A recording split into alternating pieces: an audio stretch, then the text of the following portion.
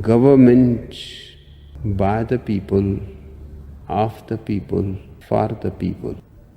But the people are retarded. The best way to get something done, if it holds near and dear to you that you like to be able to, anyway, from Charlotte, another line going from in Florida down to Tampa of Putin's kleptocracy. Yeah. America is a nation that can be defined in a single word. I was going to the idea that Los Angeles and what am I doing here? For two reasons. One, I'll lead an effective strategy to mobilize true international effort to pressure. Let's be clear. I hear it all the time. Cumulative deficit, I can play for the programs many times over. Well, I'm sick and tired of smart guys. Let me start off with two words. Made in America. Made in America. Welcome back to another night of Shtick with Koolfrogg. Got quite a night ahead of us. It shouldn't take forever. I do not believe that I have a 3 or 4 hour show tonight. I made sure that I brought it down to a decent level for everybody to stick around through the night. I know that I've been like last week was ridiculously long. I had actually done quite a few 4-hour shows. I'll try not to do that this week. Again, that's a try. We'll see what happens. Let's say hi to everybody here real quick. Hello, Boomer. Boomer says 57 notifications, and I clicked on this. Have a good show. I'm exhausted. If you're not with me, thank you so much for coming in and hitting that like button for me. You sleep well. I'll see you tomorrow, I'm sure. Suzanne, hello. How are you doing? Good to see you. Daisy girl, how you doing, girl? Good to see you. Good to see you. Keith Gregory, nice and early for you. I'm glad that we're actually all here. So anybody that's not, all of you that are sitting over there in Discord land, come over, hit the like button for me at least. Share this out somewhere that isn't already shared to. We'll get going here as we're going to talk about the Family Leadership Summit that was actually run by the one great Tucker Carlson, TPUSA. Charlie Kirk had a great show for the last 2 days. The National Education Association had something going on. Netroots Nation had something going on. It was kind of an interesting leftist type of show on that. And then the Rainbow Push. It looked like our vice president just so happened to show up for that and had some choice words of her own to actually say. We'll actually go through that as well. The more, I really don't know how much more we'll actually do. I'll try keeping myself limited to a couple hours tonight. What is up, Ben Frail? Good to see you. Good to see you. Good afternoon to you. It's 10 o'clock at night here. So I hope your day goes well. Let's kick this up here a little bit. And get going. Share screen. So then let's see, we want not this one. So let's start off Family Leadership Summit. Let's kind of make this a little bit larger. GOP presidential candidates navigate cheers and jeers at Family Leadership Summit. This has actually happened 2 days ago. It is something that has happened over the weekend, and it pretty much you come into a Sunday, you're going to get Friday and Saturday as well as some Sunday news here on this channel. It says the Family Leadership Summit brings 6 Republican presidential candidates to Des Moines. Family Leadership Summit, littered with cheers and boos, drew a close Friday after half a dozen presidential candidates addressed a crowd animated with influential Christian conservatives ahead of the 2024 Iowa caucus. Hundreds packed the ballroom at the Community Choice Credit Union Convention Center in Des Moines, with more than 2,000 tickets sold, according to the Family Leader president, the CEO Bob Vender Platts. Former Fox News host Tucker Carlson led interviews with Florida governors Ron DeSantis, UN Ambassador Nikki Haley, former Arkansas Governor Asa Hutchinson, Vice President Mike Pence, U.S. Senator Tim Scott, and entrepreneur Vivek Ramaswamy. This particular show that they actually put on, as you can see the list, isn't the full list of all Republican candidates for president. As you can see, there's a few that would be missing out of the 13 that are actually running. It says, here's what happened. It says, Ron DeSantis praises Governor Kim Reynolds for signing an abortion ban. So Kim Reynolds, come out of Iowa, she actually went ahead and signed the abortion ban within the last week. And she's being praised. She's being praised by the right for actually doing such a thing. I think it's a good thing. Me being a dad of 3 children, I am fairly pro-life in itself. So I mean, it really seriously, really praised the lady for actually doing what she had done for Iowa. Sadly enough, it's really close to Minnesota that really is for abortion up to birth, as well as if there's something wrong with the mom, you're still not liable. There's so many rules in Minnesota that are disgusting, and it really like to see somebody like Kim Reynolds actually stepping up to the plate and actually making Iowa a safe place for children. Florida Governor Ron DeSantis claimed the final speaking slot of the day. One stop in a 2-day, 7-event swing through Iowa.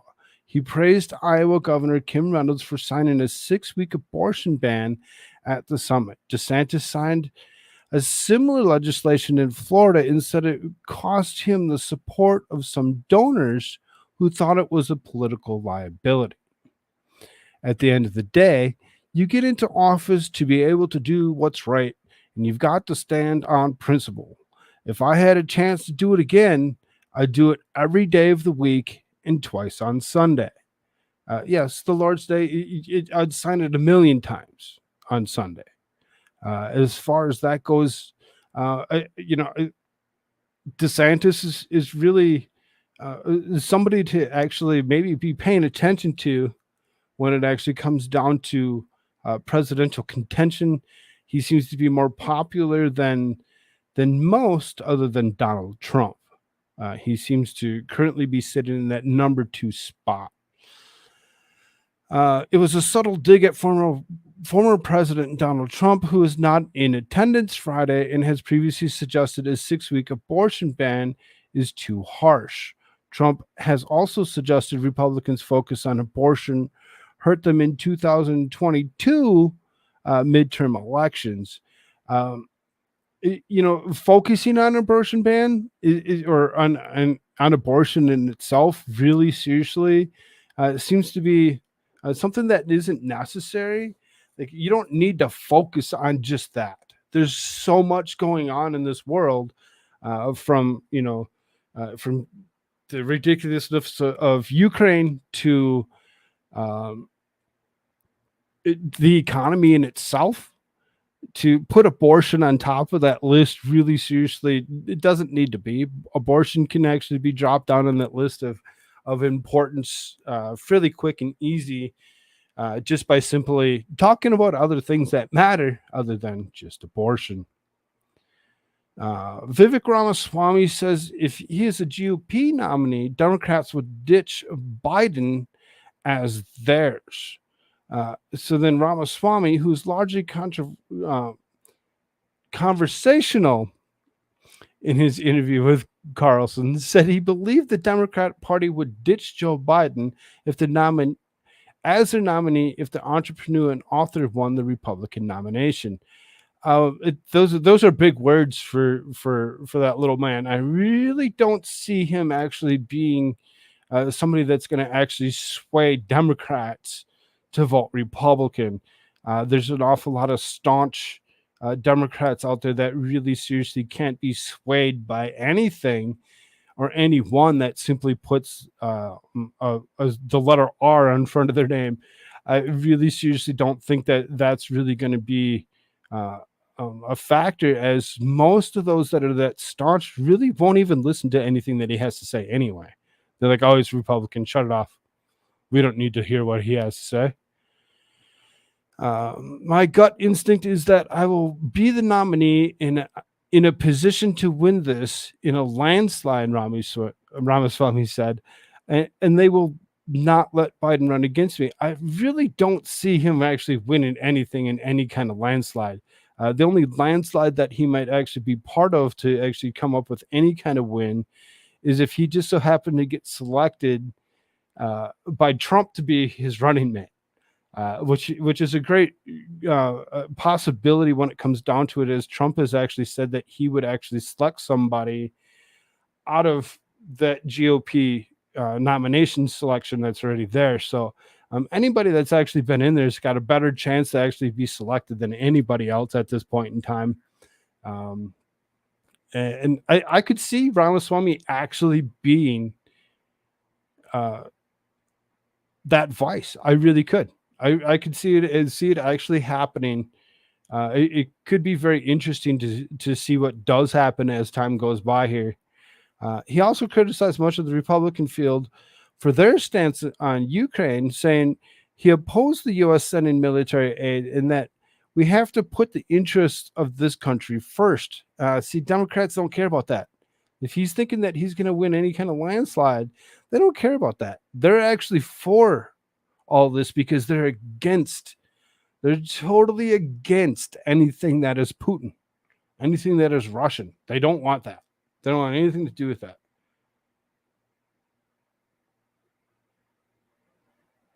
Ramaswamy versus Kamala in 2024. I mean, that's an interesting thought. That's an interesting thought there, Ben. I could actually see I could see that. That could be actually very interesting to see, as you know, as a guy that actually voted for Obama twice, to actually turn around and look at everything and the way it's been going, to vote for Trump twice. And in current situation, I still have the inclination that if I actually walked up to anything at this point in time, like if I had to walk up and vote today, my vote probably still go to Trump. I really don't see anybody else being that much of a contender. I really don't care for DeSantis, and that's why I say it. Nancy Pelosi, no doubt, approves of these Indians getting elected. Oh, I'm sure she does. I'm sure she does. Other than the fact that Ramaswamy has an R in front of his name. So this on this issue, nearly our entire field is indistinguishable from Biden. Ramaswamy said, he said the war was destined to become Vietnam or Iraq all over again if the U.S. did not learn from the lessons of the past. We're never going to learn from the lessons of the past. Why? Because Democrats like to think that they can rewrite history over and over again and try actually making it be that they're the good guys always, over and over again. That's what they know. That's what they know. I can grab a history book that's sitting right behind me here, and I could actually dig through it and actually show you where things like that 3-letter K thing actually came from, anti-Republican stance, to almost anything else that you actually want to actually talk about when it comes to what Democrats are actually about and where they will actually spin their lies from. They will continue to lie out their ass and make it look like the other guy's the guy that's actually the bad, when it's not true. When it's not true at all. I really find it interesting how many Democrats really seriously think that way when it's seriously not. Let's see. He pledged to negotiate a deal that ends the Ukraine war if elected, which would include giving part of the Donbass region to Russia and committing to never admitting Ukraine into NATO. I'm down. I'm totally down. The Donbass region, the most highly contested region of Ukraine, which was actually supposed to stay sovereign in itself anyway, was never supposed to be either one of their territories. It was supposed to be its own territory. That's what it was intended to be, and I don't see Ramaswamy's landslide with these couple of things that he's actually said here in these last few sentences. I just don't see it. Ramaswamy received a standing ovation after his interview. I mean, I think all of them really kind of did. It really seriously, there wasn't too many boos that came out of this crowd. It was a fairly excited crowd. They really liked Tucker Carlson actually sitting there and holding these interviews, this sit down that it was. Nikki Haley asked about 2020 election, says Republicans want to have faith in the voting system. Nimrata, I really don't like you. I don't think that you should actually be selected in any way, shape, or form to even run. But that's not up to us to actually say who gets to run and who doesn't. You get to actually run as much as you possibly want. Let's hope that they don't actually nominate her in any way, shape, or form. The former South Carolina governor and UN ambassador was asked about the 2020 presidential election and whether election security was top of mind for Republican voters. Republican voters want to have faith in the voting system. Governors need to step up.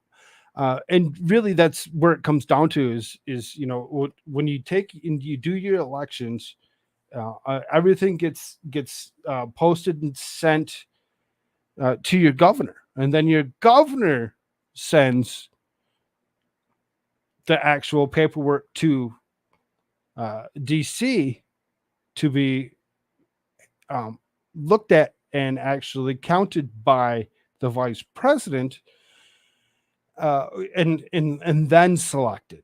And that's how it works. It doesn't work any other way. It's always the governor. So you really, pay attention to who your governor is in your state if you really seriously want to know who's going to become your president. If you continuously select Democrat governors, they can do what they want. And if they got two sets of papers sitting there, they can send both of them and make it up to the vice president, or they can send one and actually just be like, well, this is what we're going to do. We're going to actually go with the Democrat because that's what the Democrat wants, or the Republican can do the same. The Republican it's as simplistic as that it's up to the governor. It's up to the governor on what actually happens for the state. She referred to unspecified irregularities in the election, but said that she did believe that the Biden ended up winning the election. I mean, he's the most legitimate president ever with the most votes. He is our president, whether we like it or not, whether we disagree with it or not, it doesn't matter. He is currently our president, and there's nothing we can do to change that. And Nikki Haley, go away. Just go away. Haley received applause from the crowd when she criticized the Biden administration for energy policy, calling the United States to completely eliminate reliance on foreign energy. I mean, you can try completely eliminate reliance on foreign energy, but when you see somebody like Joe Biden empty our reserves and push for quote unquote green energy over and over again, there's nothing you can do to completely eliminate foreign energy. Foreign energy is always going to be something that we're going to be looking at. Biden is a muppet, a puppet, a shill, somebody that can't think. Yes, there's so many things that Biden is. I'm with you on that, Suzanne. We should be energy independent no matter what. This is a national security threat for not having energy independence.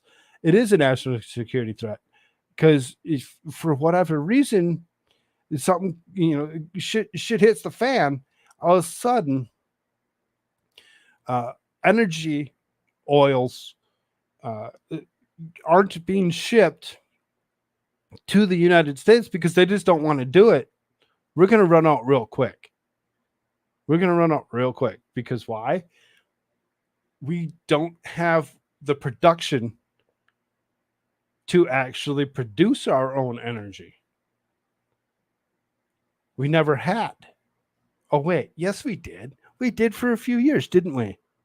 Under who? Oh, yes. Donald Trump.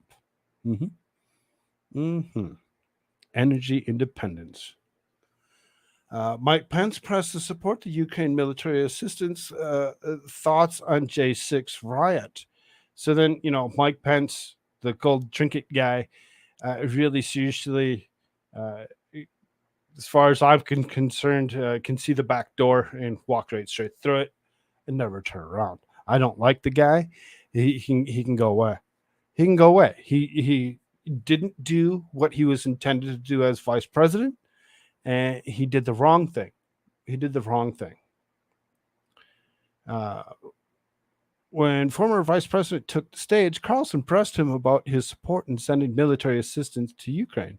Carlson drew applause from the audience as he suggested crime and suicide in U.S. cities have increased over the last several years, and presidential candidates should be focused on that. Anybody that says that we can't be the leader of the free world and solve our problems at home has a pretty small view of the greatest nation on earth, Pence said. We can do both. In an extensive back and forth with Carlson, Pence ardently defended his stance that the United States has an interest in supplying resources to Ukraine. I really seriously don't see the interest. I don't think it's an interest of anybody other than those corporate elite, those at the upper echelon of our government. I really don't see them actually being the people that we should actually be looking at. He noted his 2 trips to the country, having met the president, Volodymyr Zelensky, and religious leaders, and got pushback from Carlson and members of the crowd alike. Of course he did. He got booed. He got booed big time. I believe that the interest of the United States of America to continue to give the Ukrainian military resources and that they need to repel a Russian invasion and restore their sovereignty. You can try your hardest to actually get Russia to actually back off, but they're not going to back off. They want that Donbass region. They want that Donbass region open and usable, and from them as well. Because basically what's happening is if Ukraine actually holds that territory, which puts them right up into that Black Sea, which is a main trading route going straight through there, they're really seriously going to have some issues when it comes down to it. I do believe after the war is won and have to welcome Ukraine into NATO, let's hope not. We don't need Ukraine to be a part of NATO. NATO is never supposed to actually continue to grow. NATO was actually supposed to dissolve itself after the Warsaw Pact was actually dissolved. But, we just continue to let it to happen. Let's hope that Ukraine never actually gets allowed into NATO. If they do get allowed into NATO, which, currently under this current resident of the United States, he actually does say that they have to actually end the war for them to actually become part of NATO, because it would be disinterest to everybody else for them to actually do such a thing. It would immediately enter them into a war against Russia. Embracing them with open arms in the West is an interest of our security and our nation in the long term. I mean, right now it is. Why? Because we sent everything that we have. We have no military might sitting here in the States. I'm sure we have some, but not enough. You keep on sending it to Ukraine like they're 51st state and we're supposed to protect them. I'm sick of us protecting them. I don't think that we should have to be there. I don't think we should ever be there. I think we should walk away from it. But that's just my opinion, I guess. Asked by a reporter afterward if he was surprised that so much of the conversation focused on the stance on Ukraine, Pence said, "I'm never really surprised by Tucker Carlson." You're not surprised by Tucker Carlson? Okay. You continue to be as ignorant as you possibly can be, you rhino. I welcome the opportunity to air out my belief that the interest of our national security is absolutely imperative that we continue to provide the Ukrainian military what they need to fight and repel the Russian invasion. Carlson also pressed Pence on J6 at the U.S. Capitol. He says, "Do you think that was an insurrection?" Carlson asked, "All I know for sure, having lived through it at the Capitol, is that it was a tragic day. I've never used the word insurrection, Tucker, over the last 2 years, but it was a riot that took place at the Capitol that day." So he doesn't necessarily believe that's what it was. He's still saying that, there was something that was there. There's a bunch of people peacefully protesting. Sorry, Koolfrogg, they will be part of NATO, and the thing being at war, neither side has officially declared war, so Ukraine can get signed in anytime. Canada is getting kicked out of NATO. I did see that Canada was potentially getting kicked out of NATO. I seen the thing that he had sent me, and I'm like, oh, that's rough. NATO is now looking at bringing Poland into NATO.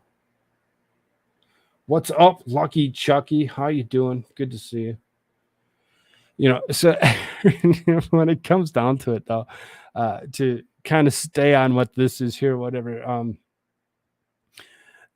Pence not, thinking or using particular words and calling it out for what it potentially wasn't, I think will actually stop him from actually picking up the votes that he needs to even pick up a nomination. Good. Got a procedure later this week. And one of my eyes. Oh, dang, Lucky Chucky. Take care of yourself, brother.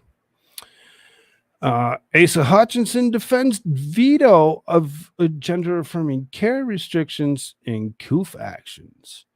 The former Arkansas governor spent much of his interview on defense, justifying his 2021 veto of a bill that would have put restrictions on gender-affirming care for minors in the state and his leadership during the pandemic. Carlson, who has previously criticized Hutchinson for that veto, asked if in the last 2 years Hutchinson had reconsidered his stance. Hutchinson stood by his decision. He stood by his decision because, he's a man of his word. And he's actually, when he says that he feels a certain way, and feels certain, has certain convictions, that he would actually stick with those, and he wouldn't actually sit there and back and forth on such a deal. If he feels that way, that the way he does, let him feel the way he does. Again, not necessarily going to pick you up, Republican votes, if that's what you're trying to do. This bill did go too far. It was unconstitutional and interfered with parents, he said. Let's keep the government out of it, except if it's that extreme case. several minutes of discussion, Hutchinson mentioned he hopes we get to talk about some issues. Carlson responded that medical care for transgender children is a central issue, prompting applause from the crowd. I mean, it is a central issue, really, when it comes down to it. It seems to be that it's been thrust to the forefront, and that we're never going to actually stop hearing about care for transgenderism, whether it be adults, children, or just those mentally incapable of actually thinking. I'm with you, Ben. There's no it's the parent. It's not the children. It's not the children. It's the parents, for sure. The former Fox host also asked Hutchinson about coof shots he got, how many coof shots he got, and the leadership during the early stages of the pandemic. The former governor touted keeping the state and business open and not embracing lockdown policies. Some decisions were not perfect. I had to make the best judgments I could, Hutchinson said. So most likely heads all of them. As far as that goes, the question was asked back to Tucker Carlson on how he felt about such, or how many he took, and he said none. He said none and picked up the biggest cheer from that crowd. Why? Because he actually thought about it and realized that, why would I want to listen to what's coming out of the government when I've never been able to? Hashtag leave our children alone. Yes, absolutely. Leave the children alone. Some decisions were not perfect. I had to make the best judgments I could. And I don't think he made the best judgment. I don't think he actually understood what he was actually supposed to understand, and he didn't really answer the question straight out. He answered the question with a question. So then Tim Scott, U.S. has vital interest in genocide in Ukraine, must use every tool available on immigration. Scott, the first candidate to be interviewed by Carlson Friday, went back and forth on the role of the U.S. war in Ukraine, as well as how to curb immigration at the southern border. The South Carolina senator said that U.S. has a national vital interest in conflict and genocide in Ukraine, criticizing President Joe Biden's inability to articulate that fact. He demurred that when asked by Carlson whether he would stop the U.S. from sending cluster bombs to aid Ukraine, saying Biden had already done so. Cluster bombs being sent, it's a huge deal. It really is. It's kind of, it's something that you should never be thought of. And according to what they're actually trying to say is that the cluster bombs are temporary. They're temporary until we can actually replace them with other armament or weaponry, because when it comes down to it, they actually tried blaming Trump for it or whatever, trying to say that he wasn't actually producing weaponry like he should have been, and that's why they actually don't have what they need now. It's really kind of a difficult thought to actually come into when you actually hear them actually trying to blame the predecessor for the stuff that they started themselves. Now, I get it.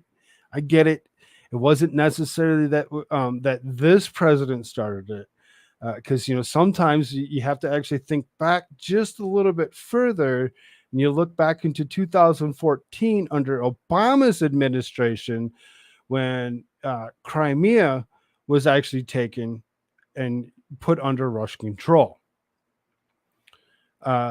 Then to walk into Trump's administration, to have them actually send javelins to Ukraine to actually help them defend themselves from anything that was actually coming in.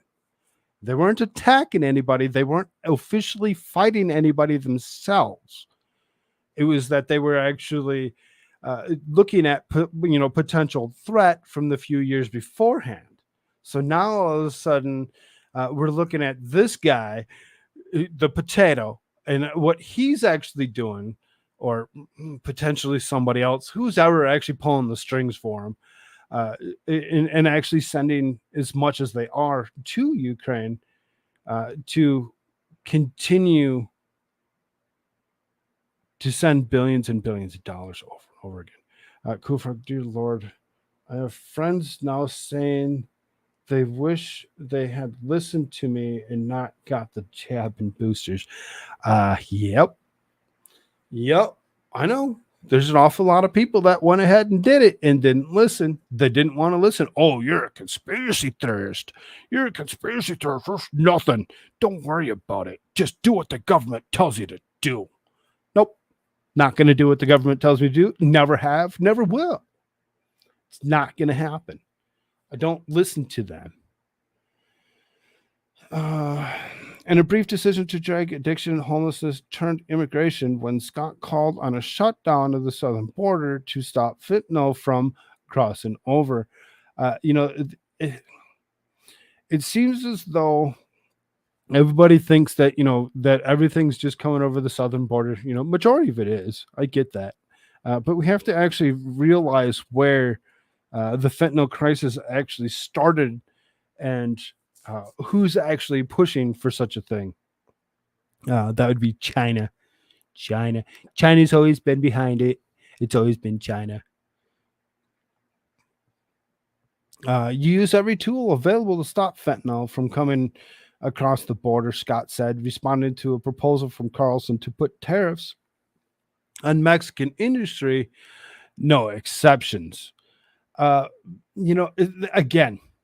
for him to actually think that this is just straight Mexican industry that's actually doing this is a great mistake. It just seems that majority of it's actually being imported in and around Mexico and then brought up across the border. I know there's a big, huge deal right now. There's a lot of fentanyl that's actually been pushed across the United States.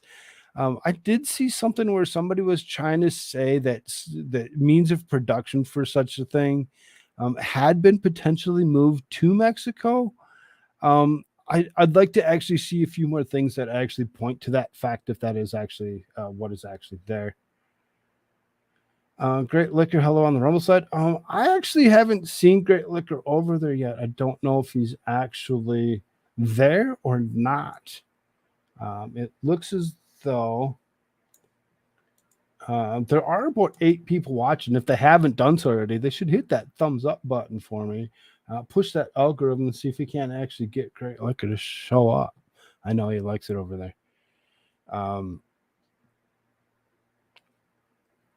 So it says, toward the end of the interview, during which he frequently stood and paced the stage, Scott turned to aspect of her personal background and spoke about turning away from the drug of victimhood and narcotic of despair. He actually caught a little bit of pushback on him actually standing up at a sit down and actually walking around. He actually does explain that his mother wanted him to actually be a great speaker, pastor type style, and he felt it necessary to be able to get into what he was actually saying was to actually just stand up and actually pace across the stage and actually get his thoughts out. My life disapproves of lies and radical forces that believe that we should be in constant conflict. I really don't see why we need to be in constant conflict. I really don't. I think it's kind of disturbing that we're always, there's always something that we're actually looking at for, because of conflict, whether it be quote unquote war on drugs or Ukraine or any other, Israel, China, North Korea, Russia, whatever it be, we're always have some kind of conflict with somebody else. Why can't we just, for lack of better words, just get along? Just get along. Great orders don't walk around. I know. I get it. I think if I had to choose out of these bunch of people that are here, though, when it comes down to it, and I'm talking out of this group of people that were actually at this particular summit, I would actually put Tim Scott at the top of that list. I'd think he seems to be fairly level-headed and easygoing, and he really speaks his mind when it comes down to it. I see you, Ben. Great orders don't walk around. That's I don't know. I don't know if that's true or not. I can't actually speak on such a thing and actually say no. That's not how it works. As I'm sitting here in front of my computer and not pacing. As Tucker Carlson interviews GOP challengers, Trump is absent amid questions on his Iowa support. So yes, Trump did not show up. He was not there. And it was widely speculated on why he wasn't there and where he was, what he was actually doing, and why he didn't actually show up. So this former Fox host who now posts shorter episodes of the show on Twitter has publicly sparred with several of the candidates over various issues, including war in Ukraine, J6, Capitol riot, LGBTQ issues, creating potential and sharp exchanges as the candidates take the stage. But one candidate, former President Donald Trump, will be noticeably absent. Trump was invited but declined the invitation. He is instead speaking at Turning Point Action Conference, which he did. And we're going to actually talk about that as well. We will actually get into what he actually did say at Turning Point Action Conference. And we'll do the same as we just did with everybody else on what their words were and what he actually did say. They hold their arms up sometimes for emphasis, but wandering around just makes people not hear what they are saying. The Greeks figured this stuff out a millennia ago. Makes sense.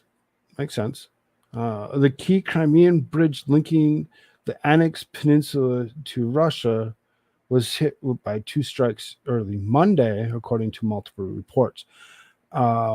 Early Monday, like last Monday, or like several Mondays ago when they hit it the first time. That bridge has been hit several times over this last 500 plus days that we've actually been throwing money and weaponry at Ukraine. Like today, so what? Within the last couple hours? Because technically here it's only quarter to 11 on Sunday. So within the last hour or so. That's interesting. Yeah, no, I know. I get it. It's Monday over there, and that's what I'm saying. So within the last several hours. That's interesting. I have to take a look into that and actually see what I can actually come up with. Probably not on this show. I got a full slate coming here. Vander Plaat said he thinks Trump's decision is unwise. If I'm consulting Donald Trump, I would do everything you can to be at a leadership summit in front of arguably the most influential base in the Iowa caucuses. And especially when you have a very generous host like Tucker Carlson who will be interviewing you. But those are choices everybody makes, right? So I don't agree with those choices, but those are his choices. And he probably already had been asked about speaking for Turning Point USA from Charlie Kirk.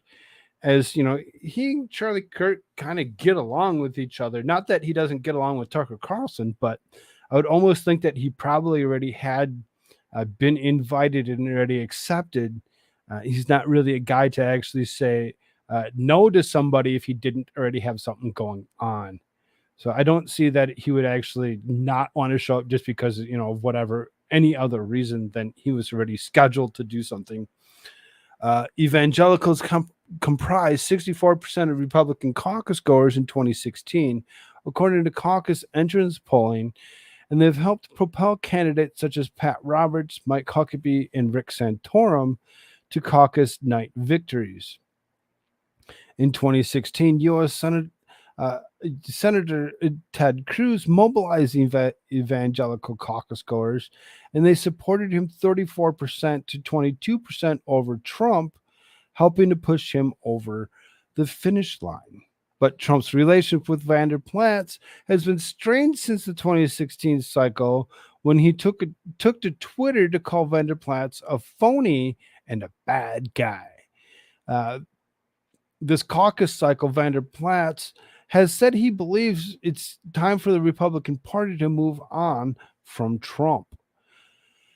I mean, maybe that's the best thing for him. Maybe it would be best for them to actually just walk away from him and actually just kind of move on. I'm still a proponent for actually voting for him myself, but under circumstances of they just keep on going and going and going and pushing and trying to come up with something new and coming up with more and more bullshit against Trump, would probably stop. It would probably cease to exist the second that they actually he actually dropped and actually stopped trying to do whatever it is that he's doing to run as president. So this is Iowa Governor Kim Reynolds, who Trump had targeted on Twitter this week, will also attend. She plans to sign Iowa's just past 6-week fetal heartbeat abortion ban into law at the conference. And she does just that. She does exactly that, where she does actually sign the fetal heartbeat abortion ban at this conference. Vander Plaats said abortion is a cornerstone issue. I wish it wasn't a cornerstone issue. Why does it have to be a cornerstone issue? Can it just be, something that's there but not actually widely sought after? I really seriously, I think they just need to drop the whole ordeal and let it be between the woman and her doctor. That's just my thought. The attendees of Leadership Summit, they're big fans of Governor Kim Reynolds. They're 100% of the sanctity of human life. So I really think it's a win-win. I think Governor Reynolds sees this as a thank you for all the help and support that this group has been to them, not the family leader, but what the audience has been to her, and it's a great way for to champion a culture of life in a very visible way. So I mean, she's totally for life, and that's pretty much where it comes down to.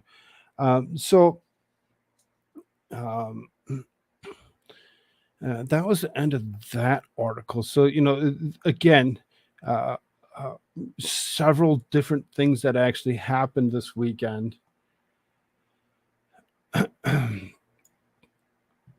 Let's kind of move on to the next.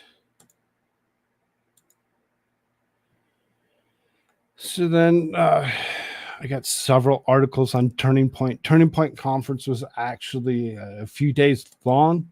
There was a lot of speakers. We're not going to go through every single speaker that was there, but we will go through several different articles that actually speak of what was actually happening at Turning Point. So this is majority support Trump in 2024 GOP primary straw poll at Turning Point Action Conference. There's over some 600 people there or whatever, and he picked up a majority of it. Those things are usually fairly accurate when it comes down to it. Attendees at the Turning Point Action Conference in West Palm Beach, Florida, overwhelmingly voted former President Donald Trump the winner of the Republican presidential primary straw poll. The result of the poll, conducted by the Trafalgar Group, was exclusively provided to the Washington Examiner.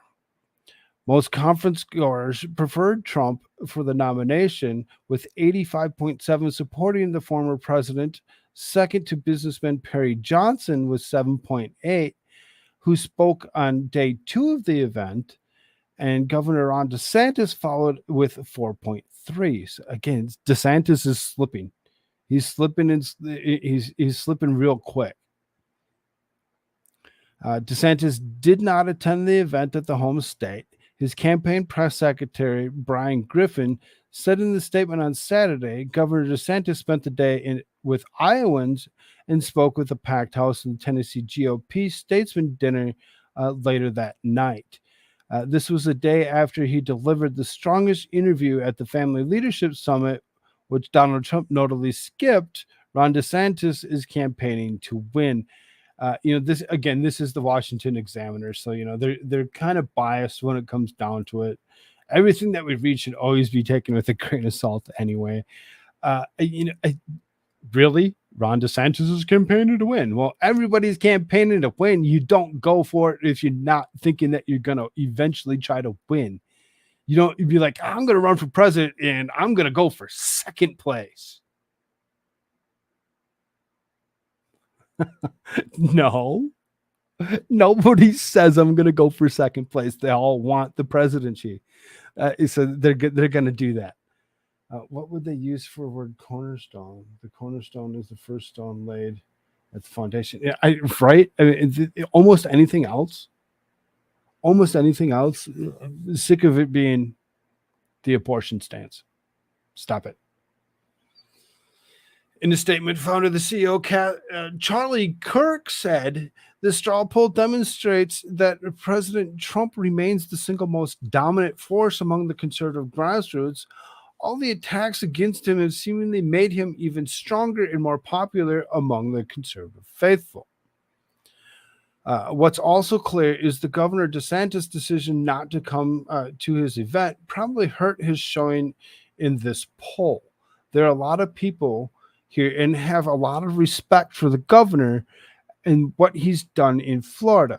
But I was approached multiple times by attendees telling me that we were disappointed he didn't come. And that's evident as the poll results. He said Vivek showed up and gave a great speech, and he was clear second choice favorite among our people. He didn't show up, so how can it be that anybody else? Telling you. He didn't show up. Why would they actually? They went ahead and they were probably told in the poll or given the poll to actually select from the people that were there on where they would actually vote. So Trump not being there obviously would not come up on the list and wouldn't be first or second or third or fourth or even fifth because he wasn't there. Kurt called Ramaswamy's result remarkable, considering where he started, saying that the 2024 hopeful is running a great campaign, and his message is clearly resonating with the primary voters. Also, the big losers in the poll are the RNC, the warmongers, and the primary debates. This event and its attendees are the pulse of the grassroots, and it's clear there's been a tectonic shift in the passions and priorities of base conservatives. Presidential candidates, former Arkansas Governor Asa Hutchinson and Miami Mayor Francis Suarez, also spoke during the event. According to Turning Point Action, former Vice President Mike Pence, Tim Scott, and former Ambassador Nikki Haley and DeSantis were all invited but declined the invitation. Well, because these people that you just named off all showed up for the Turning Point thing as opposed to actually showing up in Iowa. 30% of the respondents said Kerry Lake should be vice president. 24% said Byron Donalds, Republican out of Florida, and 22% said Ramaswamy. Uh, okay, sure. Don't really think Carrie Lake would be the best for the vice president. I think that she might actually be, better off, going and running for a couple of other seats, maybe winning something, maybe actually being part of a little bit more to have a little bit more to do with government before actually, stepping up to the plate of trying to think that she can be vice president. Just my opinion, I guess. Roughly half the conference's approximately 6,000 attendees were college age individuals between the ages of 18 and 21, while the other half were varying ages. Uh, Only about half of the attendees responded to the poll. So still only 3,000 people, roughly went ahead and it responded to the poll that was there. So you really don't have that close of a call when half of the people didn't actually do the poll. That doesn't make sense. That doesn't make sense.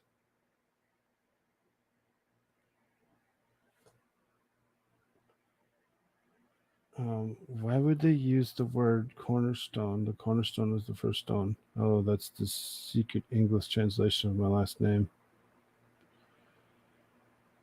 Masonic secret messaging, I guess. Yeah, that's interesting. Very interesting, Suzanne. Very kind of different. There was measurable support in popular Florida governor from attendees who was disappointed that they would not hear from him on this occasion. According to the source involved with the event, the source detailed enthusiasm for DeSantis from many conference goers, some of whom posted positive thoughts and messages to support a large cardboard cutout of his face outside of the main hall. And you can see, Ron DeSantis' face was behind that. The last one, it was Trump's face that was behind a bunch of Post-its. So, they did it to a bunch of people. It wasn't just his that they did it to. The poll also surveyed attendees in a public policy issue, which is a war in Ukraine, which many of the speakers were vocally against. There's so many of them that are against this particular issue that they don't want anything to do with it. Great Liquor, what is up? Good to see you. Does this mean post-stream detention? Nah, I don't do such a thing. Just making stuff up. Of course you are.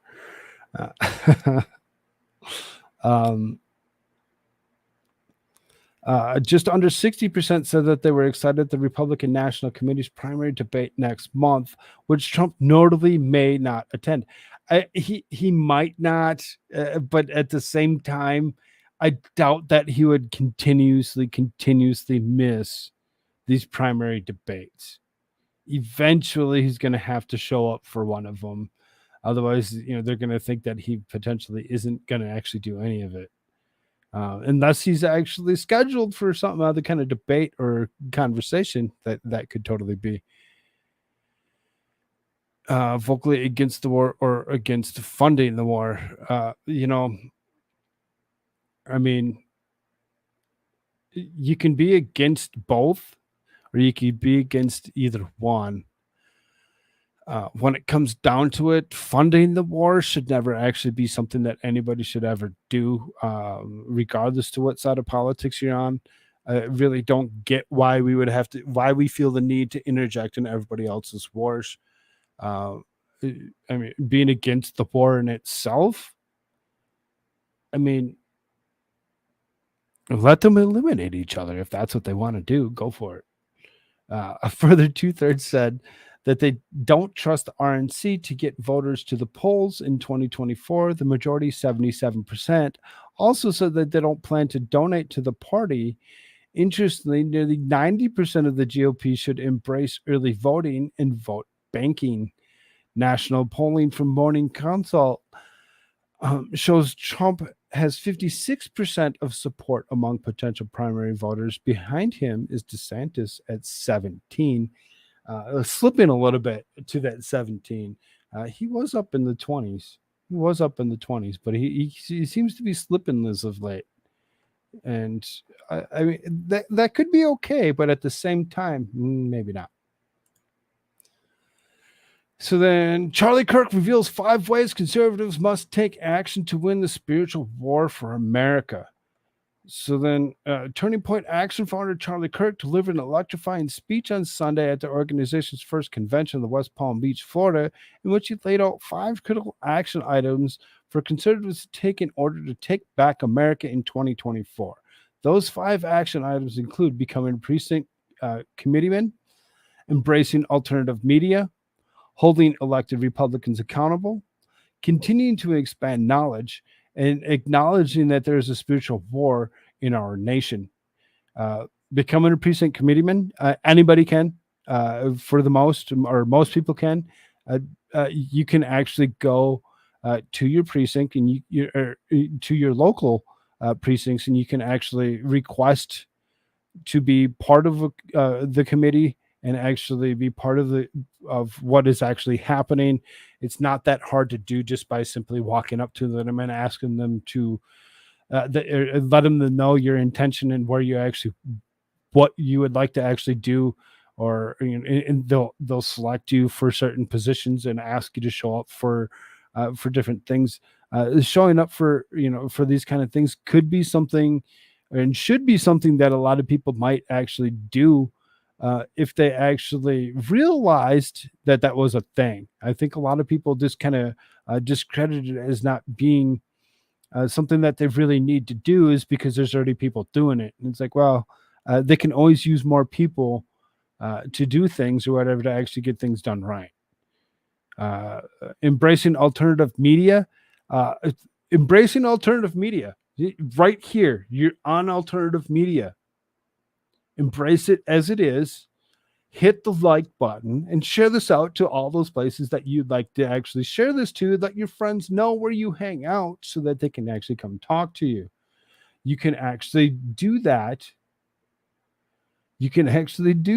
Go pay off the ward boss. I'm not sure if that's the way to go, Ben, but if that's what you want to do, don't get caught.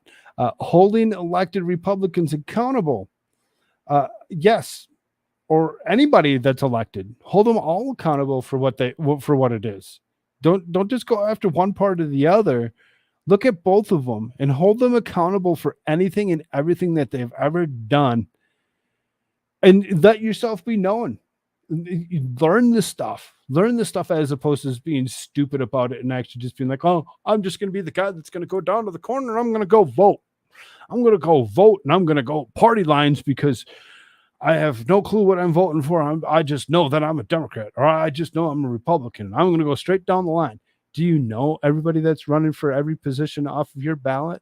There is a way to actually find out. You can actually go and find your local ballots through your local government, through your state, and actually figure out who's actually going to be on those ballots.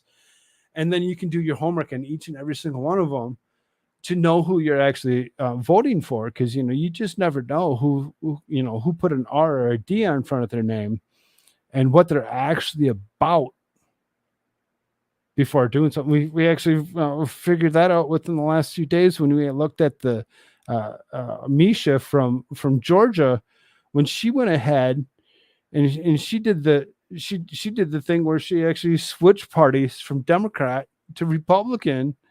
And she's in this super, super deep, dark blue city of Atlanta. So when you actually think about it, you can do almost anything you want. And acknowledge that there is a spiritual war in our nation against Christians, against Catholics, against those that are in belief of God. It seems it's really sad to actually believe that, or understand that is pretty much where it seems to be going. Though the Democrat president that we have calls himself Catholic, tries to say that he's devout, he's really not. He's really not devout because he actually believes in things like abortion. To be devout would actually be against abortion and all those things that go along with that.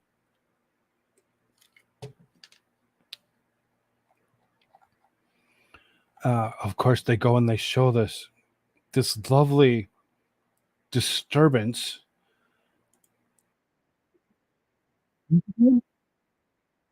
Oh, stop touching the children. They're not yours. Stop it. Gross old fuck. Become a precinct committeeman. First of all, at the Turning Point Action specialized in getting you to sign up for it. It's you saying, I'm going to be responsible for my 800 neighbors in my local area to go and vote. That's it. Kirk said, come election time, I'm signing up for a responsibility that I am going to take the task to make sure the Republicans come out to vote and the independents are persuaded. Next year, when we do this event and I ask who's a precinct committeeman, I want every single hand to go up. If we want to win 2024, we need every hand, regardless of age. It requires just energy and enthusiasm. It's super simple, easy thing to do. You become part of that. Actually go door to door and actually knock on those doors and actually tell them what you're about, where you're from, why you're there, and ask them if they're going to vote. Get a good tally on the people in your neighborhood, and you might just find yourself a couple friends. You just never know. Pelosi got excommunicated by the Catholics, didn't she? They let her back in. Because, they felt bad. Embrace alternative media. Please embrace alternative media. Kirk requested stop watching the same old tired networks. Kirk, who is host of a wildly successful podcast called The Charlie Kirk Show, explained that that it is important for people to consume media that is not run by the mainstream elites. He encouraged the audience to listen to the truth tellers such as Dan Bongino, Steve Bannon, or Megyn Kelly. If you don't like those people, Koolfrogg, right here. You come see me. Find independent media and consume it and support it, Kirk told the crowd.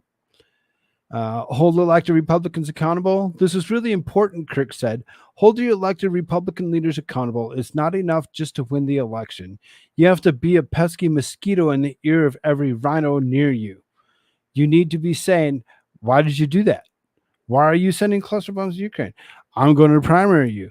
Why are you doing this? Kirk told the crowd. So it's like, you always question every single one of your elected officials on what it is and what the reason is that they're actually allowing things to happen. Kirk encouraged the audience to email, place phone calls, show up in town halls, and ask elected representatives questions.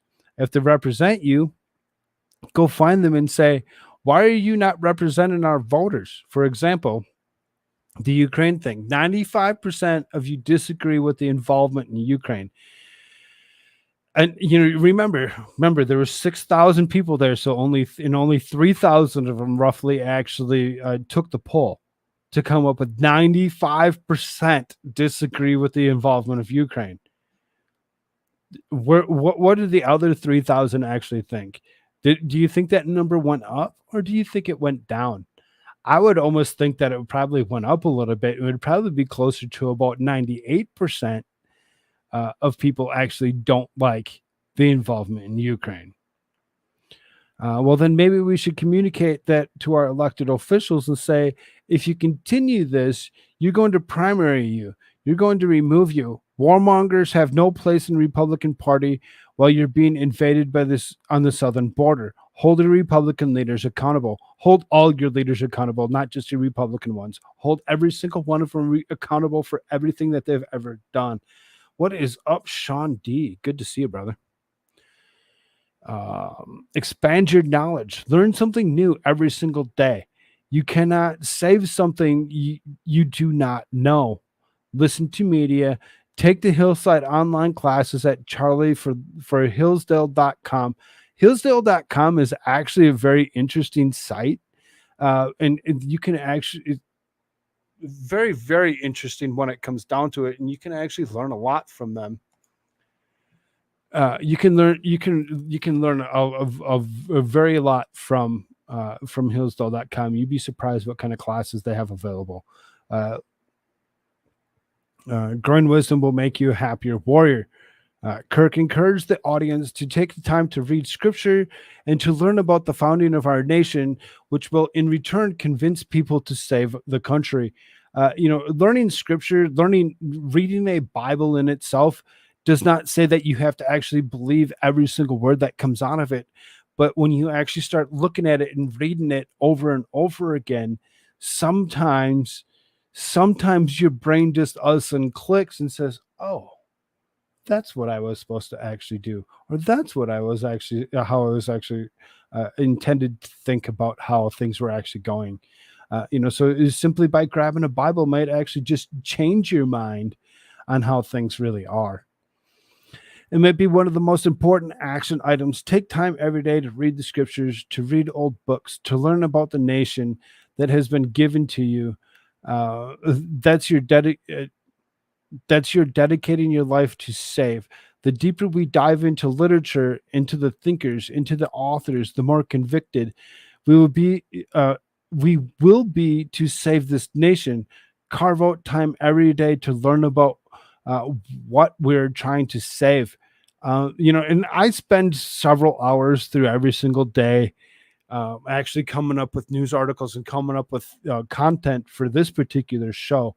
I read a lot every single day. And then I come back and I read it to all of you at the same time. So, if the amount of reading that I do is ridiculous. Fight the spiritual battle. Kirk emphasized the cultural war are seen in America today is a spiritual battle. You must understand that we are in the midst of spiritual war. There's an invisible war around us, and engage in the proven spiritual disciplines. Fast for your nation, pray for your nation, remember the Sabbath and keep it holy, honor your mother and father. Do not covet, follow the 10 commandments, spread the truth, understand the spiritual disciplines will all allow us to get closer to victory in the invisible war all around us. Now, for some of you, it might resonate, and some of you that might not resonate. If it doesn't resonate for you, one day it will, because it is the truth. And the truth will set you free. And he got cheered for that. You got such a big cheer out of that one. So when it comes down to it, like I said, you can read things 1,000 times and it may not actually click. It may not ever click. And then all of a sudden, one day, all of a sudden you read something that's totally different, and all of a sudden you're like, oh, now it makes sense. Now it makes sense why I actually think the way I do. And why I actually, like if I go with myself, yes, amen, agreed. Yes. Well, when it comes out, when I think about myself, and all of this or whatever, is that a lot of this shit didn't resonate with me when it came, when I first thought, come around to it. I never paid attention to a lot of things. I just did what everybody else did, because that was what we were always taught to do, was be a sheep and follow the crowd, and everything will be okay. And when it came down to it, and when I look, like I said, when I look at myself and I see how I couldn't actually pull the string on the likeness of Hillary Clinton and voted for Trump the first time, I wasn't voting for Trump because I'm like, yes, I want to vote for Trump. I was voting for Trump because I don't want Hillary. I didn't want Hillary. I was scared of the lady. I'm still scared of the lady. I think that she's evil, and she's very, very corruptible, and she will actually continue to corrupt anything and everything that she possibly can at the same time. So, eventually, reading things, looking at things, paying attention to things. Listen, one day, something just resonates with us, and you're like, oh, that one thing that totally makes sense now. So then Tucker gives epic turning point action speech. The Biden's America. No one is punished for lying. People are only punished for telling the truth. So it's very interesting to actually think about. When we actually said that, Trump had things going on already, why he didn't actually show up for Tucker's thing, but then Tucker still shows up at Turning Point anyway to actually go ahead and actually say something there. So how Tucker actually was able to actually do that and Trump wasn't, there had to have been more to it on why Trump wasn't available. God bless Hillary Clinton. Fuck that bitch. Yeah, you go get that, Sean D. Go hit it. Sean D, your life expectancy just doubled. That's funny. That's funny.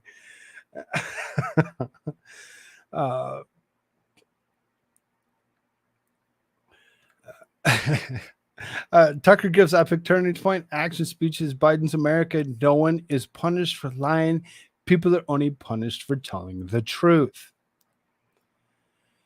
So as the crowd got on their feet and went wild as soon as Tucker Carlson took the stage in Turning Point action on Saturday night and stayed standing and cheering even as he tried to speak. Tucker, Tucker, they shouted.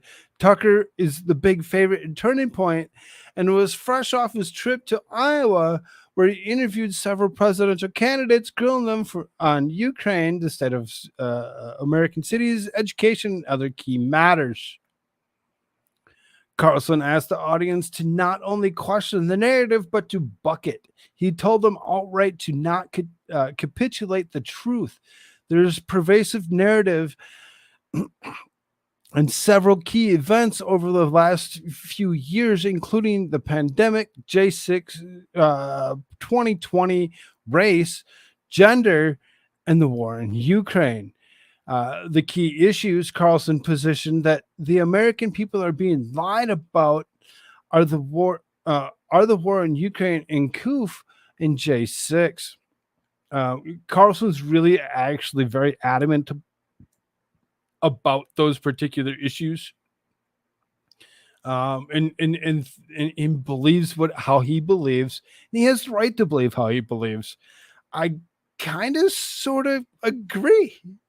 Kind of, when it comes down to it, I think that there's been a lot of stuff that's actually been done in the last few years that aren't necessarily what they actually seem to be. He spoke out having interviewed the field minus the front runner and told the crowd that he is not a fan of politicians. After spending all day with them, I think I've learned a couple of things. I think the couple of those things that are more edifying than savaging Mike Pence, the easy things are not redrawing or redrawing, not rewarding. Apparently, I got a little bit of something going on here. Carlson shared those things with the crowd. The spread between the things that Republicans in Washington care about and what the rest of the Americans care about are very different from the things that matter to the people who vote for them. Yes, very much so. Very much so. Like I said, I don't think that abortion should be, a cornerstone for anything. I really don't believe it should be. But, then again, they seem to think that it is. So they make it a talking point and they're going to continue to push it. I knew Tucker getting fired would be nothing but good for him. Oh yeah, it's been great for him. He's done a lot of things. What's up, Bernie Mac? Good to see you. Where's that woman on the last show? She was nice and funny. Divinity said, where are you? Are you watching? If you're watching, come say hi. There's people looking for you. This is surprising, he said, given that Trump presidency happened during which the people's voice were heard when they made their concerns known. Now, with Trump out of the White House and the insistent spread of progressive ideology, it is as though half the country is being intentionally, effectively silenced. Most everybody in elected office in the Republican Party has internalized the other side's rules for debate. He said this is self-defeating because it concedes ground before debate even begins. It's as though the GOP says at the outset that they are wrong, and so their ideas never get a fair airing. The conservative side continues to play the rules of the opposition as though the progressive left is correct and the GOP is simply trying to gain a little ground. This is not a great way to get an argument across. The problem is nobody pushed back on the fundamental terms, he said, as regards to the pandemic and absurd rules that came along with it. The same is true with the war in Ukraine. I really seriously like Tucker Carlson when it comes down to it. I really do enjoy his thought process and how he actually comes across and actually pushes to get you to understand things just a little differently. Just a little differently. His words usually kind of resonate with me for whatever reason. In America, you have the right to decide who you hate. As an adult, you get to decide. So it's totally fair to say, wait a second, on the Russian question, given that they haven't killed any Americans, a bigger concern for Carlson is fentanyl and the illegal importation of drugs from Mexico, where much of it is manufactured, which is kind of strange that, again, another one actually is trying to say that Mexico actually manufactures it. I want to say a lot of this, unless they actually moved manufacturing to Mexico, a lot of it originally was actually originated out of China in itself, brought over and then up and through the southern border. All I care about is the economy. No one talks about the economy anymore. Yep. I agree with you, Shondi. It seems that it's actually gone to the point where like they don't really even care about the economy. They'd rather just glaze over it because whatever, it's going to do what it's going to do depending on how people feel. Pence responded that wasn't his concern. Oh, wait. Deaths from overdoses are more essential issue, Carlson, who spoke directly to 2024 GOP hopeful Mike Pence about the state of America's cities. Pence responded with that wasn't his concern. And he did. He straight out said that it wasn't his concern. He didn't have anything. He didn't care what happened to American cities. He was actually more adamant that we needed to actually continue to actually fund this war in Ukraine with Russia, so it's just continue to think there. We don't need to worry about ourselves in the future. We're not going to exist if we continue to actually think that way, in my opinion. Carlson condemned the media and political landscape that doesn't even allow people to think about the differing perspective on the war in Ukraine, the American relationship to Russia. We don't care enough about our civilization to keep it pretty, to keep it going, he said, lamenting that the state of the United States and the lack of care for our own culture. This is the collapse of civilization, he said. Well, it kind of is the collapse of our civilization. We've actually watched it actually been dwindling for quite some time. It's been dwindling for quite some time for at least the last, give or take, 50-ish years. In my opinion, when you actually look at it, is families used to consist of between 5 and 8 children. Nowadays, more and more are either not having children or are having one child. They're like, yes, one child. And you could see what happens with having one child when you actually look at what happened with China and their one-child policy that they found out was actually a bad deal, and it actually reduced the likeliness of actually having families or families that even cared. Civilization collapse accelerated with coup lockdowns. Yep, sure did. Sure did. Carlson spoke about having raised questions about the clergy in Ukraine instead of religion in the country with candidates for president. Ukrainian President Volodymyr Zelensky has essentially outlawed the Russian Orthodox religion, shutting down churches, raiding nunneries, and throwing priests in jail. It is his view that Christians should speak out. When he spoke to GOP candidates in Iowa, he said that the Christians who are being jailed for their views had the wrong views. Christians being jailed for the views had the wrong views, huh? Just because what? Because you're a Christian? Because you actually believe in God? Because you believe in Jesus Christ? Because you believe that there's something that's bigger and better than you, that it's actually, that's actually there for a reason for us to actually believe in? Everybody has the ability to actually think for themselves. And I'm not telling you need to actually think that way, but to jail somebody for their views, regardless of what they are, for their own thought, is wrong. It's totally wrong. What's up, Rose? Good to see you, dear. Christians, Carlson said, must stand up for Christians who are facing punishment for their religion. The overriding message of the New Testament is to bring peace. Many in the GOP are pro-war. Really? I'm not so positive that's true. Are pro-war in regard to Ukraine and have spoken out in favor of continuing to arm the nation as opposed to seeking peace. Trump, DeSantis, and Ramaswamy have brought up questions about these policies. Carlson slammed the Biden administration for handling the conflict and the supply of weapons and money going from the U.S. to Ukraine. The first thing you do is stop the fighting, he said, equating to necessity of seeking peace to a father leading a family.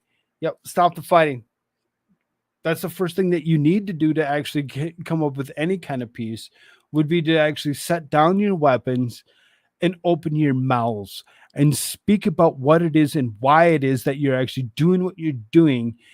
And maybe everybody can kind of come to a similar conclusion on what would actually be best. Leadership is bringing order to a chaotic scene, he said. The Biden administration and the behavior in Ukraine is abdicating leadership. The democracy requires the public to sign off on wars, and it's totally alien in Washington, he said. Carlson brought up J6 and the Capitol riot of that day, saying that it was a group of people who brought their grievances to Congress. He was surprised that he started to hear within hours that the event was a racist insurrection. And that's exactly what it was. They actually pushed it to actually be that when it necessarily really wasn't that. They wanted it to be that because they're like, well, if we can label it this and actually push the narrative, and don't care. Put a couple good actors in there, like Ray Epps, per se, and actually push that narrative. They can actually get people in trouble for their opinions. In the name of defending democracy, we took away the things we needed to have democracy, he said. This included the outright censorship and suppression of Americans who ask questions, whether they be about COVID, the war, J6, over which more than 1,000 Americans have been arrested, and the safety and security of American elections. When something is very likely to clearly untrue, it poses no threat to anyone. No one is punished for lying.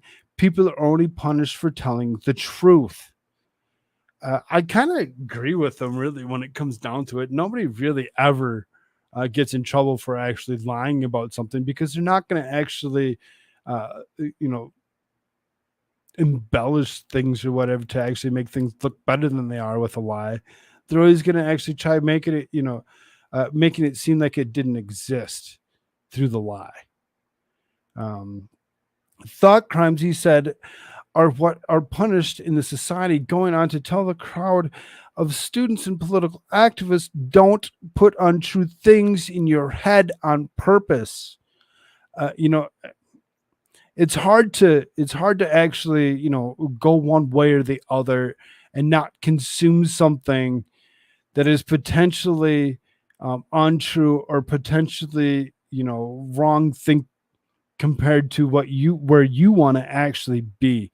And everybody has the right to their own opinion. So for anybody to label somebody else as untrue, regardless to what their thought or opinion really is, it should never actually be something that we should actually prosecute somebody on. How do you know what's true? He asked. You can really know because you're not God. Carlson said humility is necessary for seeking truth, and that we can never be truly known. Who are the thought criminals and what are they saying? Carlson asked, noting that they should be heard and that the people who censor their words and thoughts have a very well calibrated sense of what's important. A lot of debates we have are probably divergent to things that really matter. A lot. Like things that really seriously matter. Yes, our kids matter.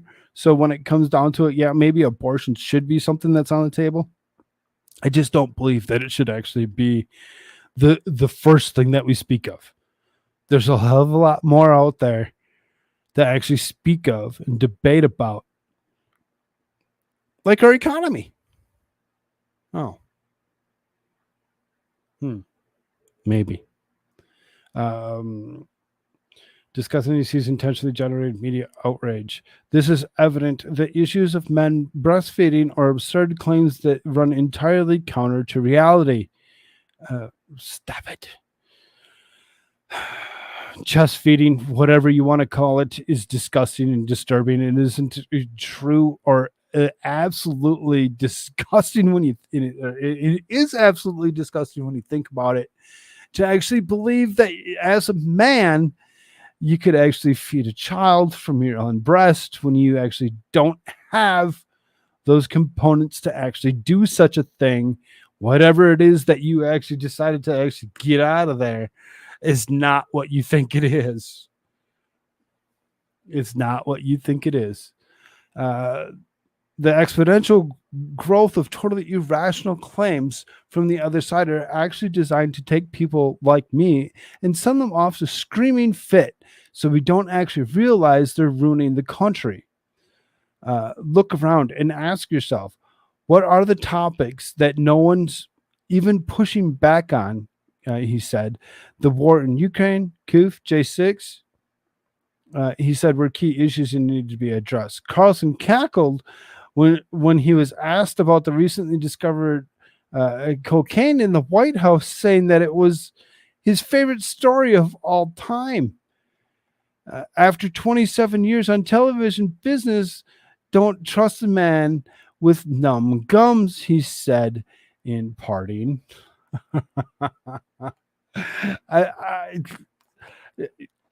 Yep, sure.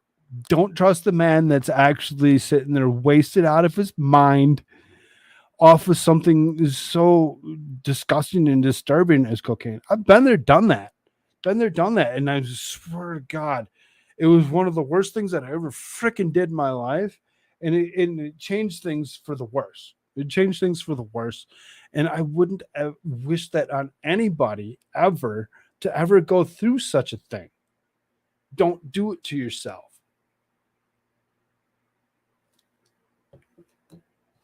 Don't do it to yourself. It's not worth it.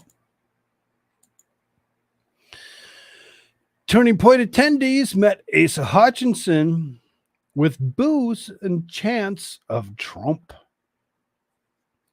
GOP presidential candidate Asa Hutchinson was greeted with boos and chants of Trump Sunday when he walked out on the stage to speak at Turning Point Action Conference, West Palm Beach, Florida. Despite this, Hutchinson welcomed the audience and continued introducing himself to attendees. I'm delighted to be here today to express my support for young people being engaged in political arena and fighting over the conservative cause. Hutchinson went on to discuss recently finishing 8 years of Arkansas governor before he handed the reins to the state government over to the Sarah Huckabee Sanders, to which the audience cheered. Chants and rumbles for Trump, Trump, rose as the audience started again a few moments later after Hutchinson said, as Republicans, we need to be able to fight for the cause. We need to be able to build the spirit of our cause and bring the independent and those like-minded folks that can support us and win in 2024. The GOP hopeful continued with Trump. Chants persisted, even pausing for a few seconds until the crowd quit or quieted. So I mean, they pretty much overran everything that he actually said. They were just Trump, Trump, Trump, Trump the whole time. It was pretty good. It was actually very interesting to see. It was not all pushback for Hutchinson, with some of the crowd cheering when he discussed certain policy choices, such as his ban on biological men competing in women's sports. I'm so sick of hearing about biological men competing in women's sports. And when it comes down to it, it should never have been a thing. Why do you think that if you're 200th place out of 200 men because you suck, does not mean that you should be able to actually go and change your gender so that you can be the number one person in women's sports. It's not how it works. Stop it. Other GOP presidential candidates, including Trump and Miami Mayor Francis Suarez, also spoke at the conference. Hutchinson formally announced his bid for president in April, positioning himself as a non-Trump candidate. He called out the former president to drop out of the race, previously telling The Hill, the last thing we need is another Joe Biden, Donald Trump race in 2024. I mean, and maybe we don't. Maybe we don't. But I don't think Joe Biden should be there either. Hey, what's up, Charlamagne? How you doing, dude? I really don't like him. And if you don't like Trump, fine. I'm down. I'm down with that. You have the right to that thought and that opinion. I get it. When it comes down to it, if we don't want this ticket again, the same one, maybe we need to take both of them off of it. The Morning Consult poll released last week showed Trump is the front runner in the Republican race, with 56% of the potential GOP primary voters saying they would back the former president, compared to Hutchinson's 1% backing. 1%. 1%. That's it. 1% of people actually like Hutchinson for what he is. Why? I don't know. I have no clue. Trump on fire at Turning Point Action. Biden's America is ruled by censors, perverts, criminals, and thugs, but we will take back our country. Our rights and our liberties are being torn to shreds. This article is very, very lengthy. It actually does have a lot of quote from everything that came out of Donald Trump. We'll try to actually give you a good reading here. Trump was on the home turf of West Palm Beach on Saturday, addressing the wildly supportive crowd at the Turning Point Action Conference as the attendees anticipated his entrance. They stood in chairs, got out their cell phones, and turned on their attention to the stage. It was clear from speaking to the attendees that Trump was the favorite at Turning Point. DeSantis, who did not attend, was most noticeable by the fact that he was not missed. Where was DeSantis? Where was DeSantis? What was DeSantis actually doing? Oh, nobody really knows. As he introduced most of the massive sparklers flanking the stage, the room was electric. It has been 3 years since Trump left office, seating the White House and the Biden administration, and yet his support has not waned. Indictments, media smears, and ongoing hate from the progressive left have done nothing to assuage the support he was from the grassroots turning point movement. USA, USA, the crowd cheered.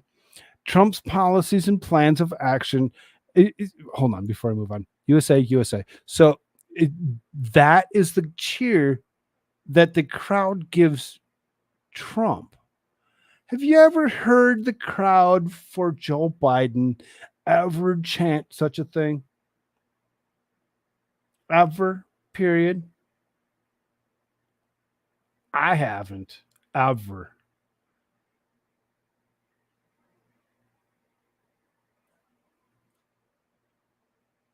If it happened, it would be abuse of a child by a man with a fetish. Come on, man. Just checking chat real quick. Okay. Trump's policies and plans of action were a welcome expression of hope for a conservative audience that was yearning to have a voice at the probable table. I'm thrilled to be back in the proud young conservative patriots of Turning Point Action and Turning Point USA. He said he spoke at the political activists and students about his essential voting policies are including initiatives in key swing states. I want to thank our good friend Charlie Kirk for everything he's done to build Turning Point into one of the most powerful grassroots organizations in the nation. Trump thanked many high-profile supporters, including lawmakers like Matt Gaetz, Anna Paulina Luna, and Byron Donalds. He also thanked Ike Perlmutter, who Trump said is one of the most successful businessmen on the planet. This election will decide whether our generation inherits a fascist country or a free country, whether you will have the rule of tyrants or the rule of law, whether Marxist radicals burn our civilization to the ground, which they're looking to do, or young patriots like you propel America to glorious new heights like never before. Side by side, we're going to fight. We're going to win. We're going to evict crooked Joe Biden from the White House. He said Trump slammed Biden for rushing headlong into the World War III, which will likely be a nuclear war with a global nuclear superpower, Russia. Under Biden, hope and opportunity, our young people are being utterly extinguished. In a Biden economy, 1/3 of Gen Z and millennials have no savings whatsoever. Home ownership has been pushed out of reach for millions, with the rate for a 30-year mortgage up 157% since I left office. Real wages collapsed 26 months in a row. Typical Americans have seen their incomes crushed by $7,400 a year since Biden took office, the biggest pay cut in decades. Our rights and our liberties are being torn to shreds, he said, noting the invasion for illegal immigrants across the porous southern border. He spoke directly to the political activists at Turning Point, saying, as I stand here tonight, I know that the young conservative warriors of Turning Point will never let that happen. Every day you reject conformity, you face down the thought of police, you defend our values, you never yield to the radical left. That's why you are the ones that are going to take back America and make America great again. We're in big trouble. Today, the greatest threat are the sick, sinister, and evil forces trying to destroy our nation from within. Trump said foreign threats are not a problem. If there's a right leadership, Trump noted, Biden, he intimidated, is a totally clueless man and declined who he has no business leading the nation. He mistakes Zelensky for Putin and often refers to the war in Iraq, meaning the war in Ukraine. When he said he would become the 47th president of the United States, the audience broke into cheers, applause, and chanted his name. Some 6,000 attendees gave their full support to Trump. I will quickly stop Joe Biden's inflation nightmare, restore energy independence, and bring down interest rates so that young people can once again afford to buy a house and a car and the basics of American dream. The American dream is dead under Biden. We will have it back very soon. We will rapidly rebuild the greatest economy in the history of the world. Trump said, noting the detrimental impacts of COVID on the Biden and that stellar economy. Those quotes are in the wrong spot. I did it before, twice, and we will do it again. I mean, obviously he didn't do it twice, because if he did, he wouldn't be able to do it again. But, you know, I digress. We were right about a lot of things, he said, citing the COVID lab leak theory, which is censored on social media in behest of the Biden administration. After 50 years of leftist domination at the universities, I will take bold action to reclaim our colleges from the communist left. Anti-American radicals will no longer be given a free hand to dominate our institutions of higher education. Using my leverage over college accreditors, we are going to choke off the money of schools that aid the Marxist assault on our American heritage and on Western civilization. The days of subsidizing communist indoctrination in our colleges will soon be over, he went on to say. Turning Point has chapters across the country at the colleges and high schools, and the students come from all over to share views and like-minded people.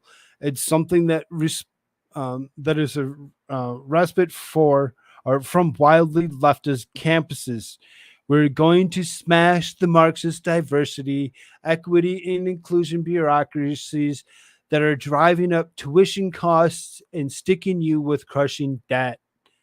He said, for any university that want federal student loan dollars, we'll also require them to offer real job placement and career services, as well as options for accelerated and low-cost degrees.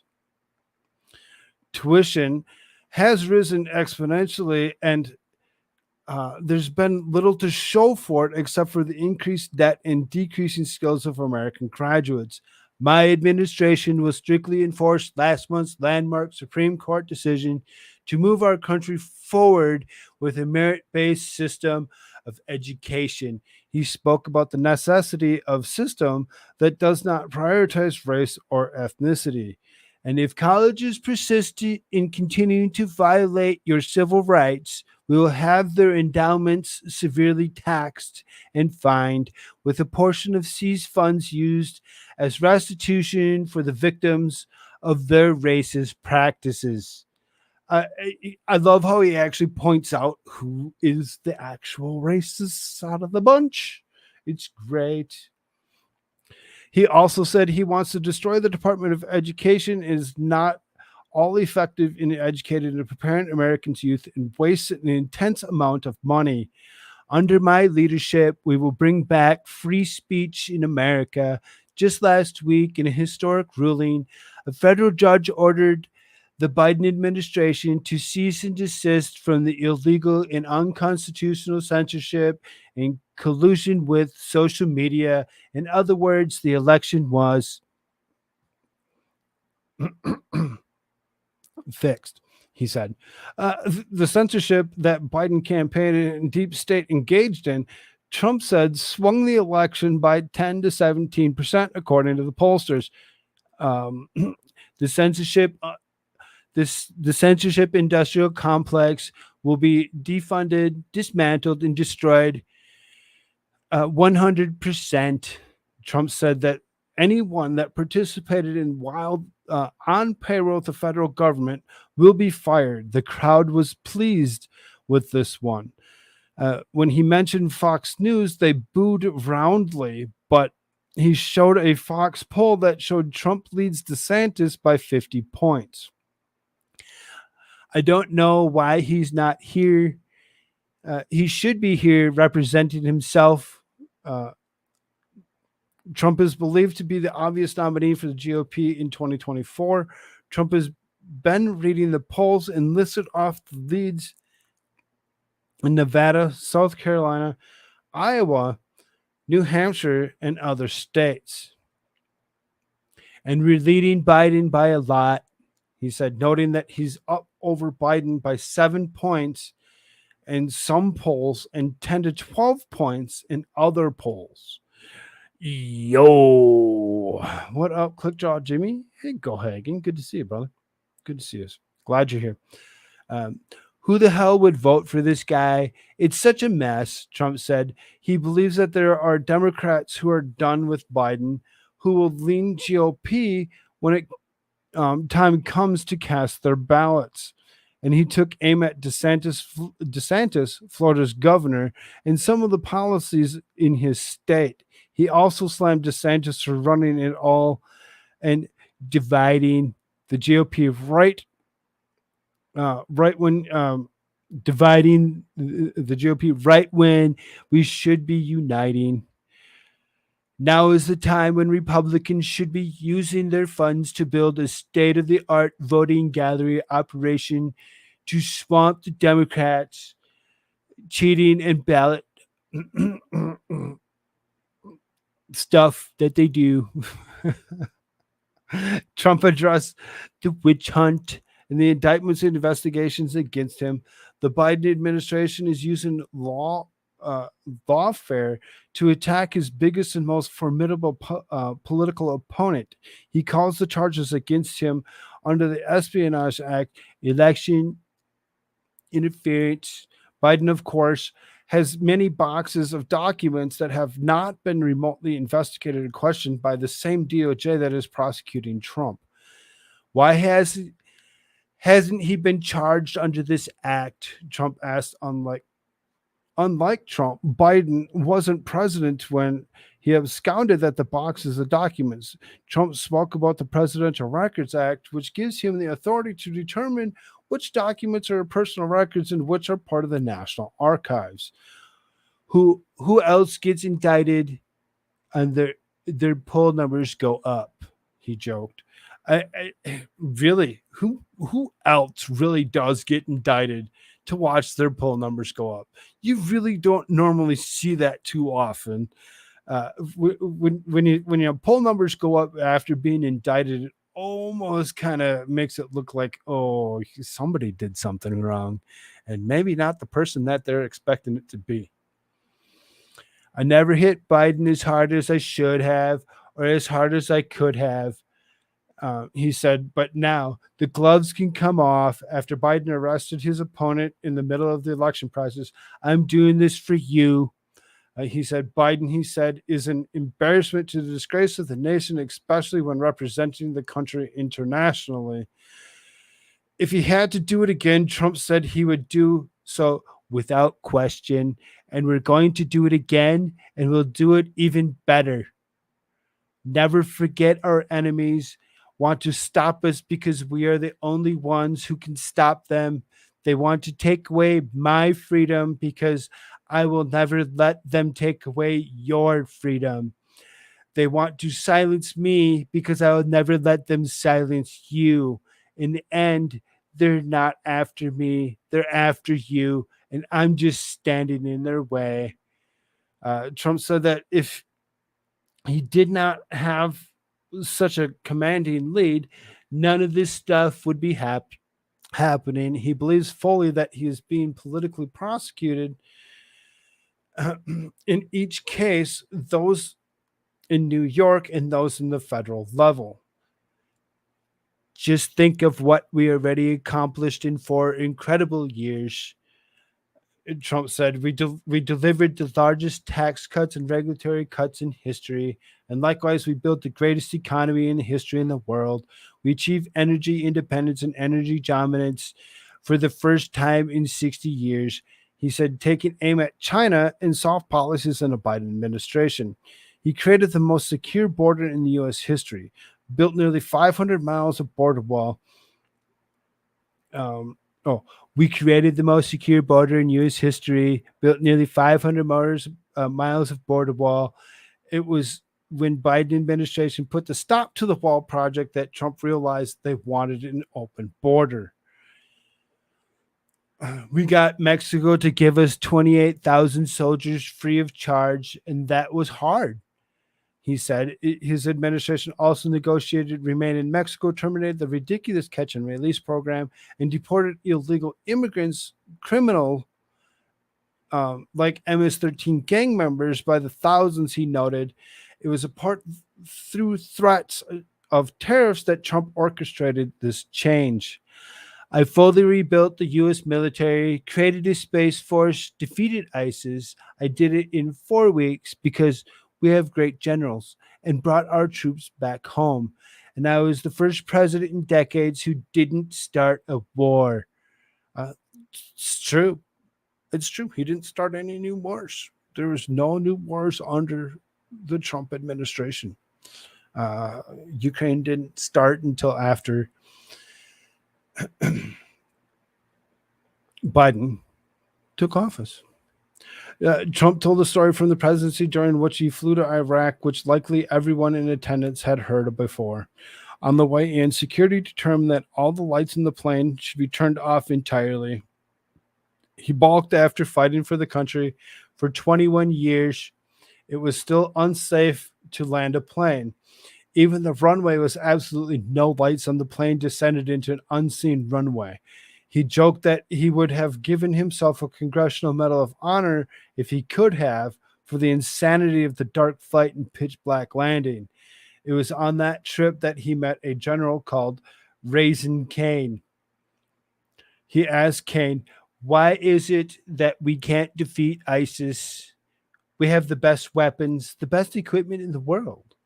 He said, it was Kane who said ISIS could be defeated in 3 weeks.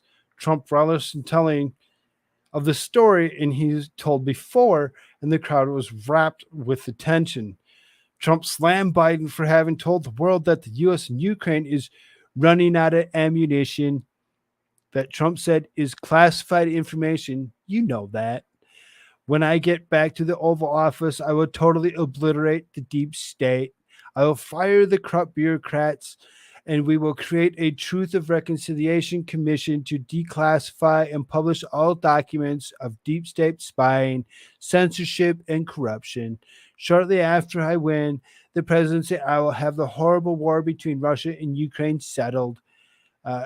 2 days ago, Biden stupidly said that the United States is out of ammunition, and yet we are sending cluster bombs to Ukraine. And just the other day, he announced he's sending thousands of reserve troops despite the fact that the U.S. military has been so badly depleted. Trump said Biden announced a drawdown of troops to help the Operation Atlantic Freedom in Europe, aka the war in Ukraine. Not a single American mother or father should have a worry that their child will be sent to die in Eastern Europe, Trump said, addressing the concerns of many parents across the U.S. DeSantis, he said, cannot do it because he is owned and controlled by the globalist establishment who always put America last. We all saw how quickly DeSantis reversed himself. He went into details about DeSantis' gubernatorial campaign and how he endorsed him and campaigned for him. But for Trump, loyalty matters. I will prevent World War III. Trump said independence from China, trade restrictions and tariffs, and holding the CCP responsible for the COVID pandemic, or as Trump calls it, the China thing, which leaked into the Wuhan lab of uninfected so many around the world. Those are not my words. Those are his. Those are his. I'm not so sure that that's actually true, but okay. Trump has tried plans of immigration and how to deal with it and impact the American culture. He wants to end birthright citizenship and children illegal immigrants, and he wants to impose extreme vetting to make sure that those who are entering the United States to make new lives here actually want to be American, uphold American values, and assimilate into American culture and life. He promised changes in education policy, an end to female erasure and women's sports, investigations into radical district attorneys, and to use every authority to get the homeless situation in Democrat-run cities under control. Homelessness is so rampant right now, though, because of where the economy's been in the last few years, and but the economy is so good, right? This is what we must do to restore our country to greatness. 2024 is our final battle. With you at my side, we will demolish the deep state. We will expel the warmongers from our government. We will drive our globalists. We will cast out the communists, Marxists, and fascists. We will throw off the sick political class that hates our country. We will rout the fake news media. We will defeat Joe Biden, and we will drain the swamp once and for all. He had actually said that he was actually going to drain the swamp last time that he actually was there. It took 4 years and didn't actually do such a thing. For him to actually say it again, maybe he'll try to do a little bit more than he did last time, and maybe we'll actually see something come out of him in draining the swamp. But at the same time, you can't just drain the swamp and expect it to actually just be okay if that's not the case. If that's not the case at all, you really seriously needs to actually stand up to his own words and actually do just that, drain that swamp. Top 5 takeaways from the day from Turning Point Action Conference. I hope y'all enjoyed that reading of Donald Trump. That was kind of fun. I enjoyed it. Biden is the big guy, is discussing disaster. Do y'all see how Joey Biden smelt that kid? He's a sicko. You mean how he nibbled on them? You mean how he nibbled on them? That one. Yes, very, very disturbing. Top 5 takeaways from the day from Turning Point Action Conference. The Turning Point Action Conference wrapped up the weekend as several more lawmakers and political commentators gave speeches to nearly 6,000 attendees. The event featured remarks from several members of Congress as well as presidential candidates over the course of 2 days. Of overarching theme of many of the speeches was the opposition of American involvement in Ukraine war with Russia. Everybody really seriously was adamantly against this particular involvement. They don't want anything to do with it. And everybody seriously doesn't think that this should actually be a thing that we should have anything to do with at all. Leave it to them.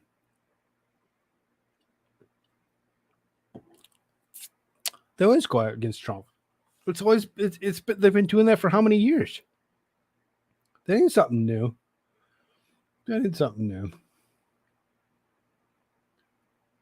Hey, Bernie Mac, I loved your TV show. If it was only the real Bernie Mac, for sure. Here are the top 5 takeaways from the day. Donald Trump wins GOP nominees straw poll. In the straw poll conducted in the Trafalgar Group, the course of the event, former President Donald Trump blew every other candidate out of the water, receiving 85% of the vote for preferred Republican nominee for president. Trump was overwhelmingly the favorite. The result deviated significantly from standing in national polls of GOP primary voters, showing him at just under 60%. Businessman Perry Johnson came in second with 7.8%, and DeSantis followed with his measly 4.3%. Both Trump and Johnson spoke during the event. DeSantis was not in attendance, which became an ammunition for the Trump campaign to attack him for abandoning his home state of Florida. Speakers tout Trump for president in 2024. Speakers throughout the day included J.D. Vance, who has endorsed Donald Trump Jr., Kimberly Guilfoyle, Steve Bannon. Oh, it was such a fun day, or fun few days to actually watch. It really was. They had so many speakers that were. It was so exciting to actually see people that were actually for something as opposed to just being against something. Maybe it is. Oh, maybe it is. Donald J. Trump will be the Republican nominee. Donald J. Trump will receive north of 80 million votes, and Donald J. Trump is going to be the 47th president of the United States, Bannon told the crowd. Trump Jr. further pointed out that his father appointed 3 conservative justices to the Supreme Court. He really did. He really did. Though they weren't necessarily the best judges necessarily. Some of them were kind of controversial in themselves. He did get quite a few new justices, and you can actually see how much Biden doesn't actually like that he actually got to select 3 justices, as Biden's actually said that he's willing to actually pack courts. What is up, Jay-Z? No, he's not picking Pence as a running mate. He thinks that Pence didn't do him right in the first place. Vivek Ramaswamy, on the other hand, this might be that person that he actually selects, because he said that he would actually select somebody out of this pool of people that are actually currently running. Fellow presidential candidate Vivek Ramaswamy received relatively strong numbers in the event straw poll, with 51% listing him as their second choice for the GOP nomination, while 2% said that they were the first choice. Ramaswamy spoke during the first day in the conference, and a source involved in the event said he left a good impression on the crowd. So you can, that 51%, you can kind of see, if we go back just a few moments ago here, and we actually looked at the 60% that was there for, I'm sorry, Trump received the 85%. The 85% are most likely the most of them that actually went with him as the first vote, picked Ramaswamy as their second. So it's at 51. So not all of them, but there's quite a few of them that most likely did that, because there's a lot of people that actually do like Ramaswamy for what he is. I'm not so positive on him right now. While 2% said that he was the first choice, Ramaswamy spoke during the first day of the conference, and the source involved in the event said that he left a good impression on the crowd.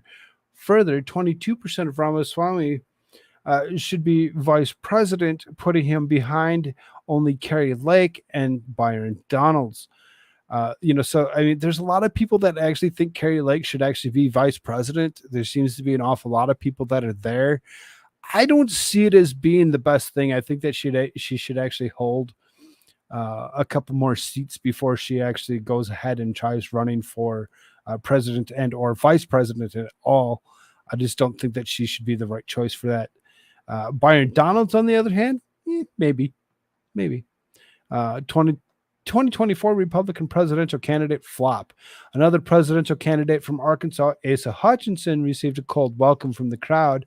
When Hutchinson took the stage, he was met with a booing from the attendees, which continued well into his speech. And at one point, a Trump chant broke out as he spoke. That was golden itself, to actually hear Trump over the top of an Asa Hutchinson speech. Like, they really seriously don't like this guy. This guy is worthless, pointless, shouldn't even try running.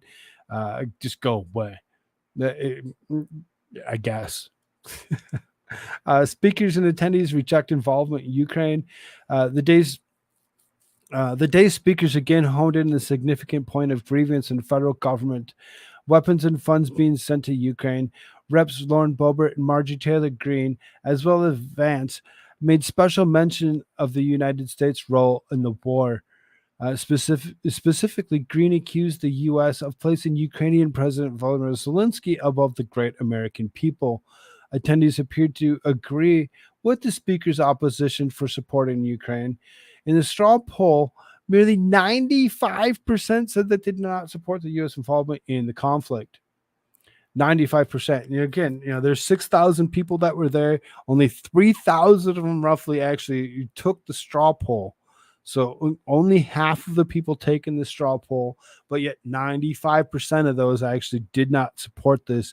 My assumption that if the other 3,000 took the poll, that number would be higher than 95%, and you might actually see somewhere around about 98%, in my opinion. So that was Turning Point USA, if I'm not mistaken. So then here's the National Education Association. I'm not going to really go through the whole article. It's not necessary. What is necessary is what she actually says. What she actually says is very disturbing, and everybody should really actually take a deep thought that this is the National Education Association spreading these particular words. I can hear Chief Seattle crying out to us, urging us to remember. She hears herself super loud, so it makes her want to actually try harder to get you to listen to what she's saying.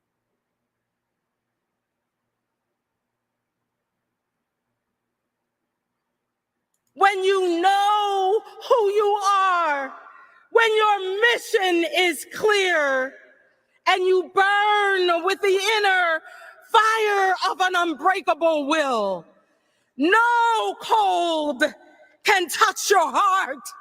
No deluge can dampen your purpose. No values can dampen your purpose.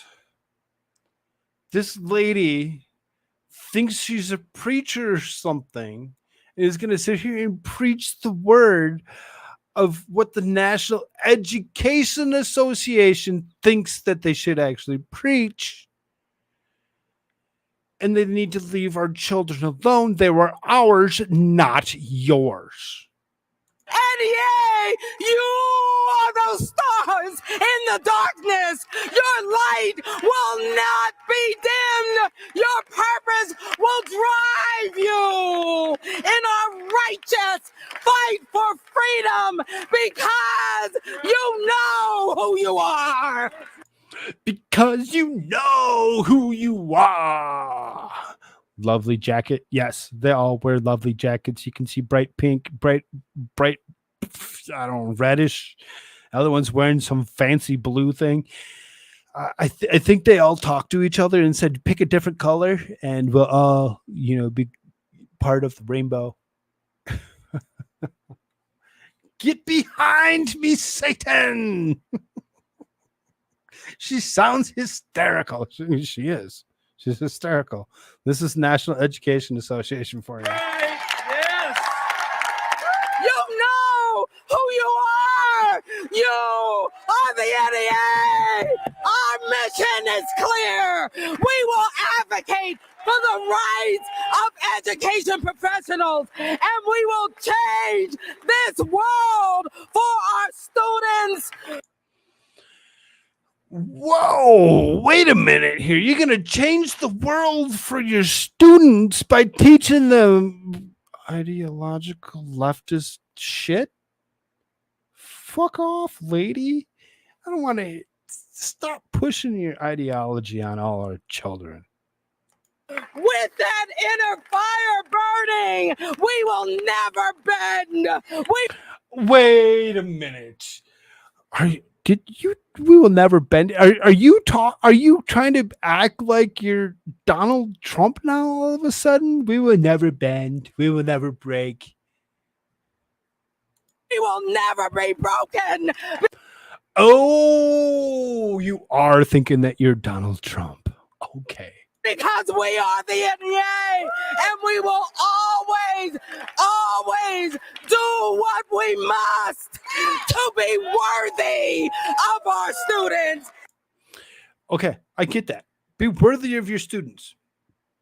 Teach them reading, writing, and arithmetic. Not gender ideology, CRT, and whatever bull snot that you feel that you want to actually push on them. Stop it. They're not yours. They were ours. And you thinking that they're yours is not true. Thank you, NEA, for all you do every day for our babies. For our babies? Nope, not yours, lady. Not yours. Not your babies. Nope. You didn't. I sure as fuck didn't lay down with you to make my child yours. Hell fuck no. You don't get to say anything over the fuck off. Just And for our colleagues, and for your states, and for this country. Onward, NEA. to infinity and beyond. This lady, seriously, she just, when I seen this earlier, I'm like, yep, this has to be part of the show. There's nothing I can do to not make this part of the show because of what she actually spews, how she actually spews it, and thinks that it's okay to yell at us like we're children and that our children are hers. Wrong, bitch. Good night, Sean D. Long live Hillary Clinton. Yeah. Later, bro. Onward!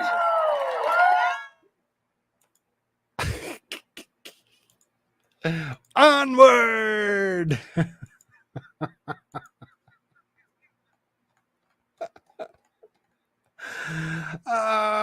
That's the NEA for you. That's your education association going ahead and speaking up and making it very loudly unclear what they actually want to do with our children.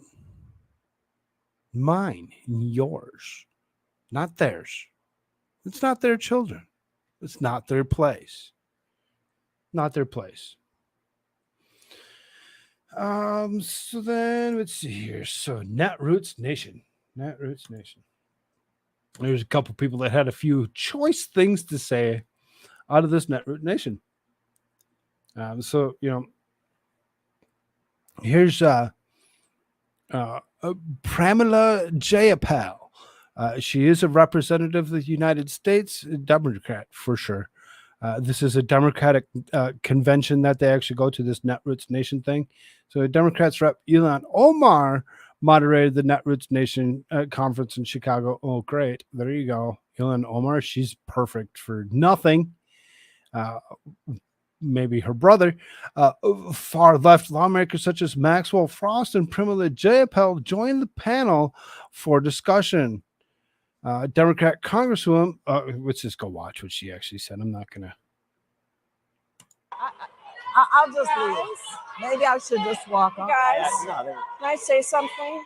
Can I say something as somebody that's been in the streets and has participated in a lot of demonstrations?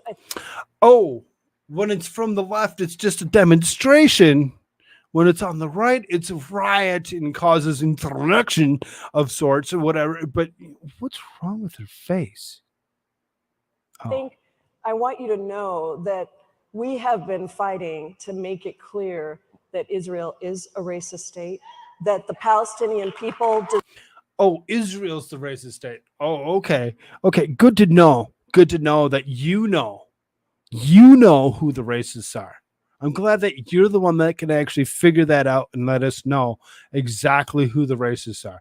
Now, when it comes to Israel-Palestine thing, I really don't know which side of what that I'm actually supposed to be on when it comes down to it, other than the fact that I don't like Democrats. And when a Democrat comes out and actually says something as ridiculous as they do, I have the tendency to believe the opposite.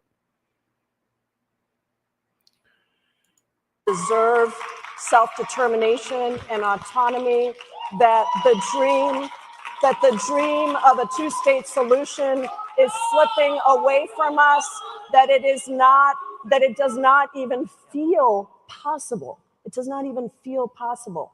And I want you to know that while you may have arguments with whether or not some of us on stage are fighting hard enough, I do want you to know that there is an organized opposition on the other side, and it isn't the people that are on this stage.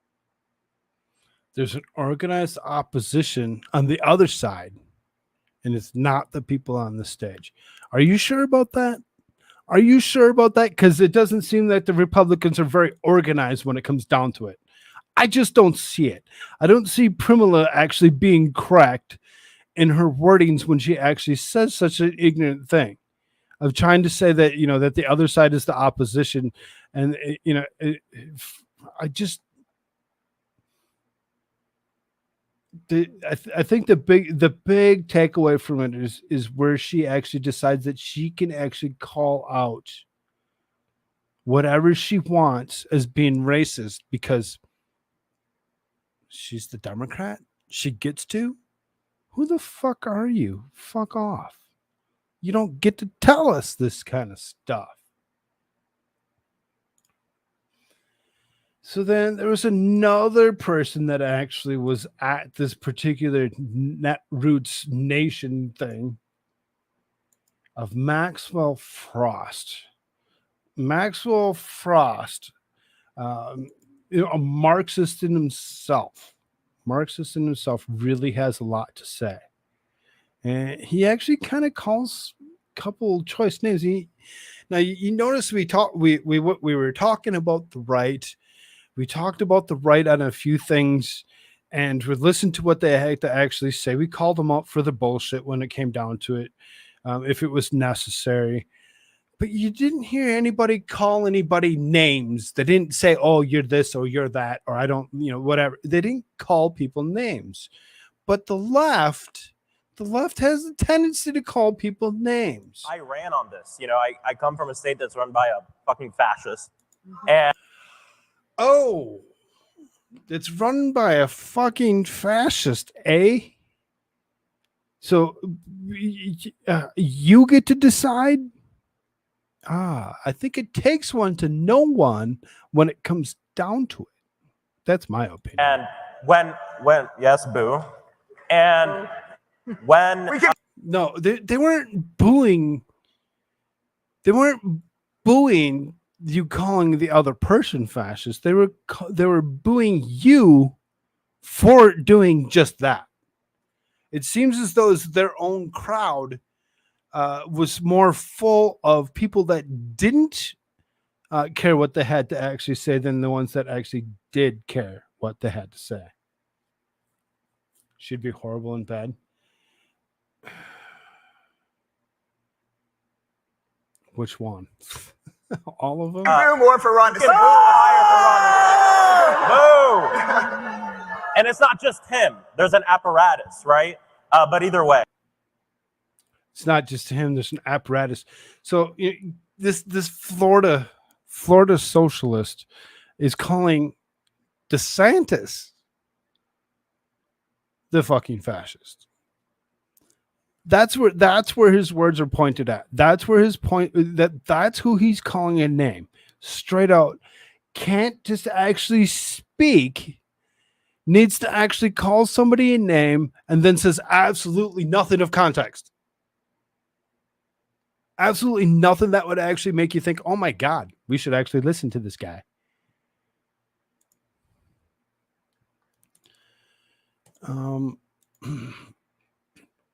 So I'm going to actually, this thing's like 34 minutes, but I think we can get it down to about 15 if we actually speed it up by about 2 times. If it seems like it's too fast, we can try slowing it back down, but I want to actually get this through as fast as I potentially can. So now this here is the Rainbow Push Coalition. You can see these guys that are sitting back. He's getting really old. He's getting really old for what he is. So when it comes down to it, Kamala Harris is who we're going to actually listen to. This guy's going to go introduce her, and then we're going to actually listen to what she actually had to say. To a proud member of Alpha Kappa Alpha Sorority Incorporated, just down the block from here, she has always been a part of the ethos and the grandeur of Black life. Her heritage stands across the roads of 2 communities, and she has dared to make each of them proud. Not only do we know her, but the people who don't like us know the name Vice President Kamala Harris. People who are mired in bigotry and hatred have come to know the name of Vice President Kamala Harris. People who make threats against democracy and have no compassion for the least of these have certainly found out who this remarkable woman happens to be. And every time she wakes up in the morning, I'm sure there are some adversaries of our cause and our culture and against America who say, man, she is at it again. She won't stop. Because she is a woman who has stood up for women's rights, for what we know should be a constitutional right, for a woman to have the right to make decisions on the autonomy of her body. Here is a woman who does not dissimulate, but says what she means, and she means what she says. I want you to understand that we are in the presence of someone who is not only the Attorney General for the state of California, not only a former United States Senator, and not only the Vice President of the United States of America, but she is probably, perhaps more importantly, a Proverbs 31st chapter woman. That is to say, she is a woman of tremendous character, someone that brings good and no harm. She works not only to provide for her family, but for millions of families of those that don't have lobbyists and special interests that walk the corridors of power in Washington, D.C. She is our advocate. Vice President Harris sets about her work vigorously, and her light does not go out at night because she even shines in the dark. Even when entire segments of the American population resents the fact that a woman of color is one heartbeat away from being the most powerful person on earth, she continues to shine. Do you know how fearless and committed you have to be to walk into places every day where you know people don't think you deserve to be there, and yet you shine every day? Do you have any idea how much faith and how much dignity you have to have when people say, we would like to turn back the hands of time to when blacks and browns did not have the rights that we have today? They want us to ask permission for us to be who we naturally are and enjoy all of the fruits of American citizenship. And Vice President Harris, I want to personally thank you for standing in the way of these tyrants. I see them every day in Washington. I want to personally thank Vice President Harris for casting the most tie-breaking votes in the history of any vice president, fulfilling the role of the President of the United States Senate. And by the way, that hasn't happened since 1832, 191 years ago. 31 times you've said no to policies. And that was originally held by, Calhoun. Calhoun. Yes, that guy. That guy that was actually a slave owner and racist in himself. There you go. Perfect. Take over for him. Yep, this sounds good. Legislation that would undermine the promise of America for all people. 31 times you stood in the way of those tyrants who thought about the rich and only wanted to serve the interests of those who have already been well served. 31 remarkable times you stood up for what this nation might be, and in doing so, you are now in the shadows of the Reverend Martin Luther King. 31 times you stood up for American working families. 31 times you stood up to fight for what has been right. 31 times you stood up to say yes to freedom, yes to equality, yes to the dignity of men and women. 31 times you've done it, and I thank you, Vice President Kamala Harris. Night, Jimmy. What Sleep she well, has brother. done in the Senate is a manifestation of what Reverend Martin Luther King died to do in the streets. And somebody needs to thank the Vice President of the United States for having stood in the breach and defended our interests. Madam Vice President, with your permission, might I have a point of personal privilege? I just learned that. This week, my father announced his retirement. Now he has pivoted. What's up, Cake? He can't retire. He's a pastor and he's a freedom fighter. Give the Reverend Jesse Jackson another loving round of applause. Too much no, two speed. So 2-speed, they all look like they're on coffee. I do fundamentally believe, Dad, or something that the nation else. owes you a debt of gratitude for how you continue to do the work of your mentor, the Reverend Martin Luther King, and almost single-handedly change the content, the tone, and the direction of the Democratic Party. President Barack Obama, Vice President Kamala Harris, and almost every other black elected official, most of all me, would not be here without you for what you did in 1984 and 1988. You changed public policy in America, and all Dad had, was a Bible. You helped to create the kind of America that would allow your middle son to represent the 1st Congressional District of Illinois. Good to see you, Cake. I would not be here without you, Mom. And Dad. And okay, I was going to say, and Dad? No. No. I can think all day long. Rainbow Push is a civil rights organization, Reverend Haynes, but everybody can't march in the streets. If America is to be the nation we want it to be, we need people sitting at the table when the policies are being crafted and haven't forgotten who they are. Marching in the streets without somebody sitting at the table defeats the purpose of marching in the first place. Reverend Martin Luther King told us to agitate and then negotiate, and then to deliver tangible outcomes for the people that we are serving who live under the iron hills of oppression. I say to all of my young activists, friends, let the marchers march. That's our tradition. And let the protesters protest. That is our tradition. But don't you ever underestimate the value and importance of the people we send to the table. Did you ever see the scandal of South Africa where the president of South Africa had a sign language interpreter who was just some guy making random hand movements and dancing? You know, if you actually go back to the very beginning of this current administration that actually is here in the United States, and you actually look at when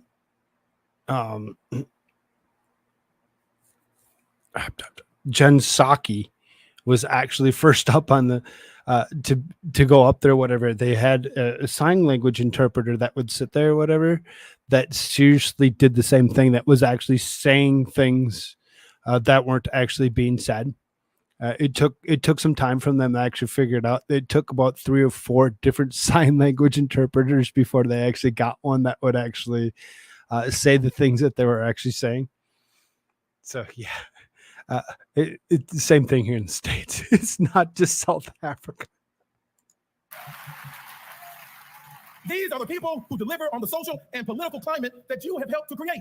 And I don't care what anybody says about the Biden-Harris administration. I've seen it up close and personal on your behalf. They have already delivered for the American people. In the last administration prior to the Biden-Harris administration, we were promised an infrastructure bill every week after week after week, and not one shovel went in the ground. The Biden-Harris passed the legislation for infrastructure. That's what they've already done. And let me tell you, work is now plentiful. This administration has passed laws to combat climate change. There are more people working in this country today than has ever been in the history of America. This administration rescued our economy that was mishandled by the previous administration. This administration expanded the benefits and services to veterans in a way that has never, ever been done before. The Biden-Harris administration passed meaningful gun law reform the first time in 30 years. They protected LGBTQ rights. We have to continue to fight. They put the first African-American woman, Ketanji Brown Jackson, on the United States Supreme Court. This administration has delivered. They got into the cocaine that was in the White House. And through the American Rescue Act, this administration has provided support to millions of people who would have otherwise drowned in the sea of economic inequality. On behalf of all of us, Vice President Harris, thank you for being in the room where it happens. And we thank you for not being one of those members of our community who gets to where they are and then forgets how they got there. So, ladies and gentlemen, I am not here to introduce her. I am merely here to present to you the Vice President of the United States of America. Ladies and gentlemen, please welcome to the podium Vice President Kamala Harris. Look at Reverend Jackson just sitting there. He doesn't get up for her. Why? Because he can't get up for her. He has an inability to do so. Which is why this particular cause, this one that he started, he actually steps down. Oh, good afternoon, everyone. I want to thank the Congressman for that extraordinary presentation and for his work. I recently had the Congressman at my home for dinner, and we talked about his father and we talked about his vision as the son of the father for the future of our country. And I have seen him at work when the cameras are on, when the cameras are off in Washington, D.C., doing the work of representing his district. And he truly, truly is a national leader. Thank you, Congressman, for that introduction. I want to thank Dr. Byron Brazier and First Lady for the warm welcome here at Apostolic Church of God. I want to thank Mayor Brandon Johnson, who I know could not be with us today, but he has been a true champion for working families. I want to recognize him. And to the members of Congress who are here, the state and local elected leaders, and all of the folks who are part of the leadership of this beautiful community in our nation. Total idiot. And for that warm welcome, thank you. I also must, and it is my joy to congratulate Reverend Dr. Freddie Haynes. So I have known him and worked with him for over 20 years, including when we worked together years and years ago in the early days of the criminal justice reform movement. And I am so confident in his leadership and his ability to carry on the greatest traditions of this organization and to meet the challenges of this moment. Congratulations, Reverend Haynes. It's one of those people that you actually got to know very well, huh? And now to my friend, our great leader, Reverend Jesse Jackson, and his incredible family, including Mrs. Jackie Jackson. I want to thank you all for the leadership that you continue to provide. Yours is a family of service and sacrifice, and always inspiring the people around our nation. And I thank you for that. And a special thank you to Santita. Where's Santita? Santita and I were students at Howard University together. And she was a leader on campus back then. So it is good to be with everyone. She was, but you weren't. We celebrate one of America's greatest patriots, someone who deeply believes in the promise of our country, a fighter for freedom and human rights for all people.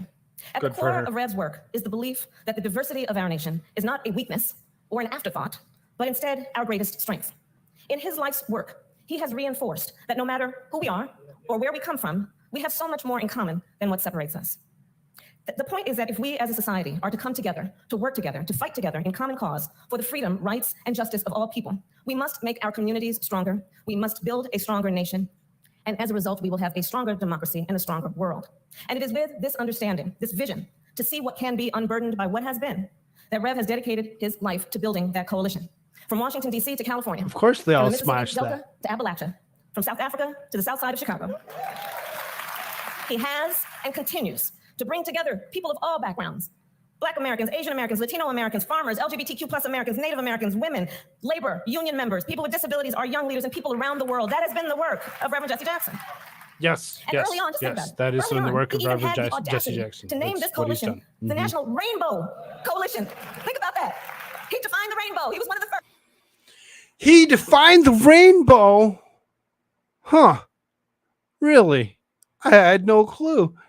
He looks like he had no clue either that he had actually accomplished such a thing of defining what the rainbow actually was. As you can see the look of confusion on his face. First to define the rainbow. A coalition to push the values of democracy and liberty and equality and justice. Not from the top down, but from the bottom up and the outside in. He has built coalitions that expanded who has a voice and a seat at the table. And in so doing, he has expanded our democracy, the democracy. Whoa. She's from the bottom up and the outside in? She said that backwards. It's usually from the bottom up and inside out.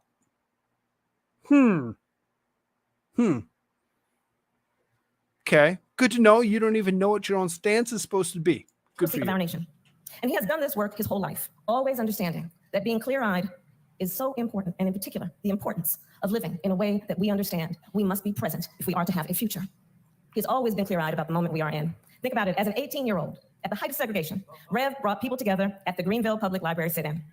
And he continued this work around the country and around the globe, whether it was to expand rights for farm workers and increase wages for care workers, to increase access to capital for small business owners, to make boardrooms on Wall Street reflect the diversity of our nation, or to help end the sin of apartheid, to help secure the relief of hostages and empower entrepreneurs across the United States and the continent of Africa and the world. This is the span of his work.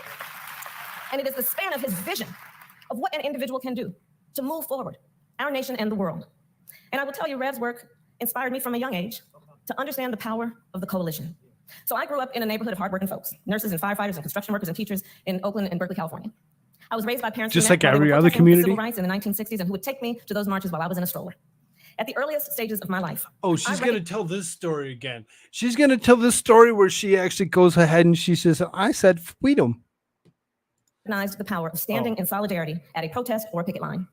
And later, I saw the power of Rev's coalition when I was in law school. So when I was in law school, I was back in California after I left Howard, and I drove a Toyota Corolla. It was a fancy car for me. And I had a bumper sticker in the back window, Jesse Jackson for president. And so I would drive back and forth from Oakland, where I lived, to San Francisco, where I went to school. And I would drive across the Bay Bridge, if anybody knows the Bay Area.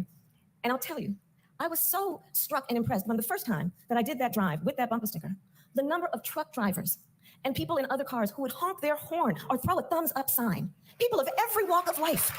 That wasn't the finger that they're holding up. I swear to God, it had to have been a different finger that they were actually holding up for you. And you just so happen to think that's what it was.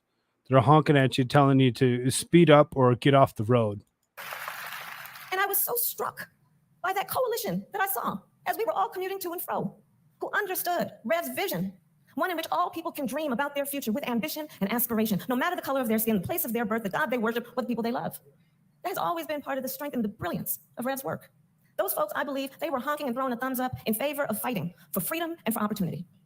Powered by his vision and the coalition that believed in it, Rev ran for president in 1984 and again in 1988, winning 13 primaries from South Carolina to Alaska. Let us remember that. And like Shirley Chisholm 12 years before, Rev has widened the path for generations that would follow, including President Barack Obama and me as the first Black woman to serve as Vice President of the United States. And he's like, yep. Everybody else is standing up. Yeah. What's he doing? Because he can't stand up. Do you even see him clapping? He doesn't give a crap a word that's coming out of this lady's mouth. Exactly. Move out the way with a middle finger. Exactly. Great liquor. I'm clear about that. I'm clear about that. And even before I served as vice president throughout my career, I often worked with Rev to do the work of taking his direction on how we should expand the coalition. As district attorney of San Francisco, I worked with him to bring together law enforcement in the community so we could save people and help people have their voice, be present around the injustices that were occurring, and also do what we should do to be smart in terms of how we achieve public safety. As Attorney General of California, I worked with him on consumer protection issues, and in particular because I took on and sued the big banks of the United States during the foreclosure crisis, and Rev was right there with his leadership supporting homeowners of America in terms of protecting their right to the American dream. And as United States Senator, I was proud to work with Rev as we did the work that we have an ongoing mission to do, which is to secure the right to vote for all people. And then in 2020, we worked together with folks across our country to mobilize that same coalition, to organize and to register voters. And as a result, Joe Biden and I went to the White House. So more than 60 years after that first sit-in at that library in Greenville, Rev has remained tireless in the fight to expand voting rights, to encourage innovation and partnerships across the continent of Africa, and to secure economic justice for all Americans. So we congratulate you, Rev, on your pivot. I got the memo. And as President Biden said today, Rev, you are a man of God and you are a man of the people. And we thank you for all that you are. Yes, Rev. Yes, Rev. And so in the spirit of your Time for ongoing you to work, Rev, I do sit believe down. that it is critically important that we who have been inspired by your leadership take on our responsibility to see clearly the moment we are now in. And let us acknowledge that the fight is more important than ever. Because, church, in this moment, across our country, we are witnessing hard-fought, hard-won freedoms under full-on attack by extremist so-called leaders. And these extremists have an agenda. Yeah. Extremists usually do have an agenda, and we can actually see that agenda being actually thrown at us as we speak by those extremist leaders. Yes, we're watching. We're paying attention. Agenda to divide us as a nation. An agenda to attack the importance of diversity and equity and inclusion and the unity of the Rainbow Coalition. Yes. These extremists wrote legislation and brought litigation to the United States Supreme Court, the Court of Thurgood, in 2013 in Shelby v. Holder, to destroy hard-fought, hard-won rights around the legitimate responsibility a government has to ensure that the people have unfettered access to the ballot. They laid the groundwork for the Dobbs decision last year when the court took away a constitutional right that had been recognized from the people not a of America, constitutional from the women right of America, took the right of everyone Never to been make a decisions about her own constitutional body, right. not having the government tell her what she's supposed to do. These extremists went back to the Supreme Court. But and the last guy month, gets the no court cut off choice. access and opportunity when they Nothing gutted comes out of a affirmative action guy. and debt relief. Man has no way or And these extremists anything want a to case say that allows about any businesses to child, discriminate against the American people. even if it's their own. State by state across our nation. It's These about the women extremists only. ban books in the year of our Lord 2023. They ban books and prevent the teaching of America's full history. All the while, they refuse reasonable gun safety laws to keep our children safe. Understand what's happening. Let us understand the moment we are in. And we know, in these dark moments, history shines a light on our path. And so in this moment, let us all understand the history and the significance of Rev's work and his approach. Just as Rev has shown, our ability to stand together is our strength. Our ability to unify as many peoples is our strength. And the heroes of this moment will be those who bring us together in coalition. Those who know that one's strength is not measured based on who you beat down, but who you lift up. I just had to take a shot because she made me. So let us stand together, united and strong, knowing, as Rev has always understood, we refuse to throw up our hands when it is time to roll up our sleeves. And as the great Coretta Scott King taught us, the fight for civil rights must be fought in one with each and every generation. And alas, that is our work, and our gains will not be permanent if we are not vigilant. And as we know from Romans chapter 5, verse 5, hope does not disappoint us.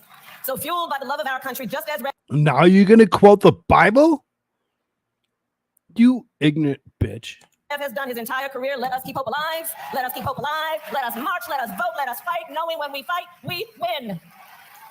May God bless you, and may God bless America. Thank you. Thank you.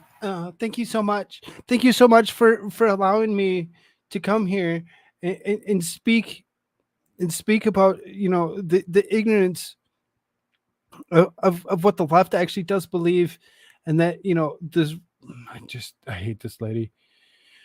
I hate this lady. She pisses me off. She pisses me off every single time I actually hear her voice.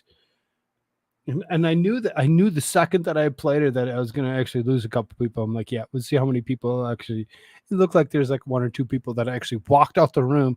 They're like, nope, don't want to see this. We're done. I can't handle this. I don't like this lady, and she's not worth actually talking about. Okay, so that was the Rainbow Push. The Rainbow Push was Reverend Jackson's thing. He's the one that started that years ago. He actually did step down as well as being the leader of the Rainbow Push. He actually handed over the reins to somebody else to actually continue to run that show. So as far as that goes, I don't think that like you said, he was unable to stand up, but I think he was unable to. I think that he's on his last legs himself and could potentially be looking at, not being around very much longer.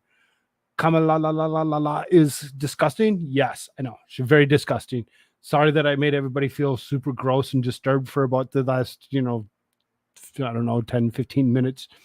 I apologize. I apologize to everybody on that side of it. It's what happens. So, I was looking around trying to find things to do tonight. So I'm like that's what was on the headline. Was the Family Leadership Summit. Let me see. We went through the Turning Point USA. We went through the NEA. We did it Netroots or the Netroots Nation. We did the Rainbow Push. And now here's the more. Here's the more. So, Linda Yasserino. Anybody know who Linda Yasserino is? Linda Yasserino is this lady from Twitter that actually just took over not so long ago. And she really has some words for us to actually think about as we actually try monetizing herself on Twitter. It says, hate pays. Twitter advertisers have now funded the most divisive and dangerous voices in social media. Let's see if I can make that just a little bit bigger for you. When Linda Yasserino joined forces with the educated, authoritarian-loving journalist censoring racist, misogynistic, anti-work control Elon Musk, the conventional wisdom was the new Twitter CEO's top priority would be to make the platform a safe space once again. If not for women, minorities, and LGBTQ community, teachers, librarians, and facts, at least for the major advertisers. Don't worry about the average, everyday white male that's straight. Let's go around everybody else. Let's protect everybody else. Let's make the white man non-existent and not pay attention to him. Yasserino was talking about a company in crisis. As reports, modern advertisers fleeing toxic Twitter, as hate speech flooded the site, as staff was fired and bills were unpaid, everyone assumed that Yasserino, a former NBC Universal executive, would use her track record and strong relationships to get advertising back on track. But the first major advertising initiative that Linda Yasserino era has been announced, and in a sad and depressing milestone, brands still pouring money into Twitter's cesspool now find themselves funding some of the most dangerous and divisive voices in social media. Yasserino, was optimistic. Just last month, in her first major statement as CEO, and I'm drinking the Elon Kool-Aid Twitter thread posted on June 12th, she wrote, "We have the opportunity to reach across aisles, create new partnerships, celebrate new voices, and build something together that can change the world. From what I can tell so far, we're built for this." As the New York Times reported on June 29th, Yasserino was not immediately allowed to actually negotiate deals with advertisers due to the non-compete clause at NBC Universal, but she was already speaking to advertisers about their problems and unsavory content on the site. Unfortunately for her, the most prominent source of unsavory content in Twitter was the man who had just hired her. Oh yeah, there you go. Let's call out the guy that hired me. That's what I like to do. That's what I like to hear. Let's go after our bosses for what they are. Really? Her biggest problem is Elon. This Saudi-backed Twitter owner has humiliated Yasserino throughout her already Scaramouche's long tenure of CEO, the most shocking moment occurred on July 9th when Musk volunteered to whip out both his penis and his ruler for a literal dick measuring contest with Mark Zuckerberg. At Tesla and SpaceX, Musk has developed a reputation for operating toxic workplaces that expose workers to both racism and sexism. At Twitter, he's truly letting it hang out, as Amisha Cross wrote in the Daily Beast. Sexualizing women and making penis jokes may be all in the day's work of the world's richest man, but the consequences run deep. These types of crude jokes are major HR violations, as they should be, but only do they foster hostile environment for women or anyone who objects to such misogynistic behavior. They represent a huge step to the days before Me Too, when women were expected to laugh off such garbage to be labeled difficult or humorless or worse. Well, he's the boss. He gets to choose. If he wants to actually whip out his penis and a ruler to actually show that he's got a bigger dick than the other, that's up to him.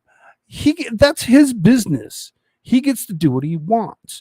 Who the fuck do you think you are that you could, Amisha Cross, that you can actually go and tell him what he can and can't do? She said her parents knew some black people when she was growing up in Canada.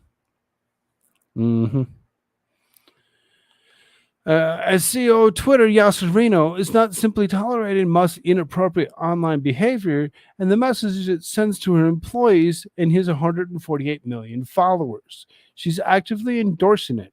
Her Twitter bio literally tells the world she's inspired by provocative leadership. Cash for Trash. On July 13th, Twitter announced it is expanding its creator monetization platform for people, 1, who subscribe to Twitter Blue or verified organizations, 2, have at least 5 million impressions in each of the last 3 months, 3, pass human review. And that's something. Guess what I applied for? Creator monetization over on Twitter. I haven't heard back from them quite yet, but hey, if they want to monetize me, let's go. This monetization opportunity rewards the new generation of blue tick users who pay for the verification status using the system that, as Business Insiders noted, has favored misogynists, conspiracy theorists, crypto scammers, and right-wing trolls. Those posts now get priority. Not really. Only those that actually paid for the $8 for the blue tick. You get the blue tick, guess what? You get pushed. And if that's what they want to do, anybody can do it. It doesn't have to be, anybody can. You can call them what you want, call them out for what you want to do. But at the same time, when you go to a right-wing platform and you call them out for being right-wing trolls, you might actually want to think about it for a few seconds. As part of the role, the lucky few who had been part of Musk's initial $5 million cash giveaway tweeted that satisfaction with the payouts. As Taylor Lorenz reported in Washington Post, the initial wave of creators to be rewarded skewed towards the trolly right-wing accounts who mirror Musk's personal preferences. Andrew Tate, Miles Chong, Rogan O'Hanley, and the anonymous account and wokeness all featured. And Koolfrogg. Yes. Pay attention. That'll be coming soon. Tate, who is currently awaiting trial as a trafficking and raping investigation in Romania, said that he had been paid $20,000 while Ending Wokeness claimed to have earned a 10.4. Well, if he's already earned $20,000, why wouldn't I go apply for that? Why wouldn't anybody go apply for that? To try to attempt to actually get paid for your own words, for your own opinions. Why wouldn't you? Why wouldn't you think that, because I'm a right-wing extremist? These people. As celebrating her new cash winnings, were left-wing grifter twins Ed and Brian Krasenstein, who, like Tatum O'Hanley, aka DC Drano, had been banned from Twitter when it was still a publicly run company that paid its bills and enforced its terms of service. The Krasensteins checks totaled nearly 50,000 to 24.877 or $24,877 for Ed, 24,305 for Brian, in an apparent attempt to make a new monetization scheme appear bipartisan. But like the right-wing provocateurs who gobbled up most of the initial revenue share, the Krasensteins were now an established part of Elon's Twitter bro clique. Musk had been conspicuously chummy with the Krasensteins, following them, interacting with them frequently since he first announced his cash bonus pool back in February.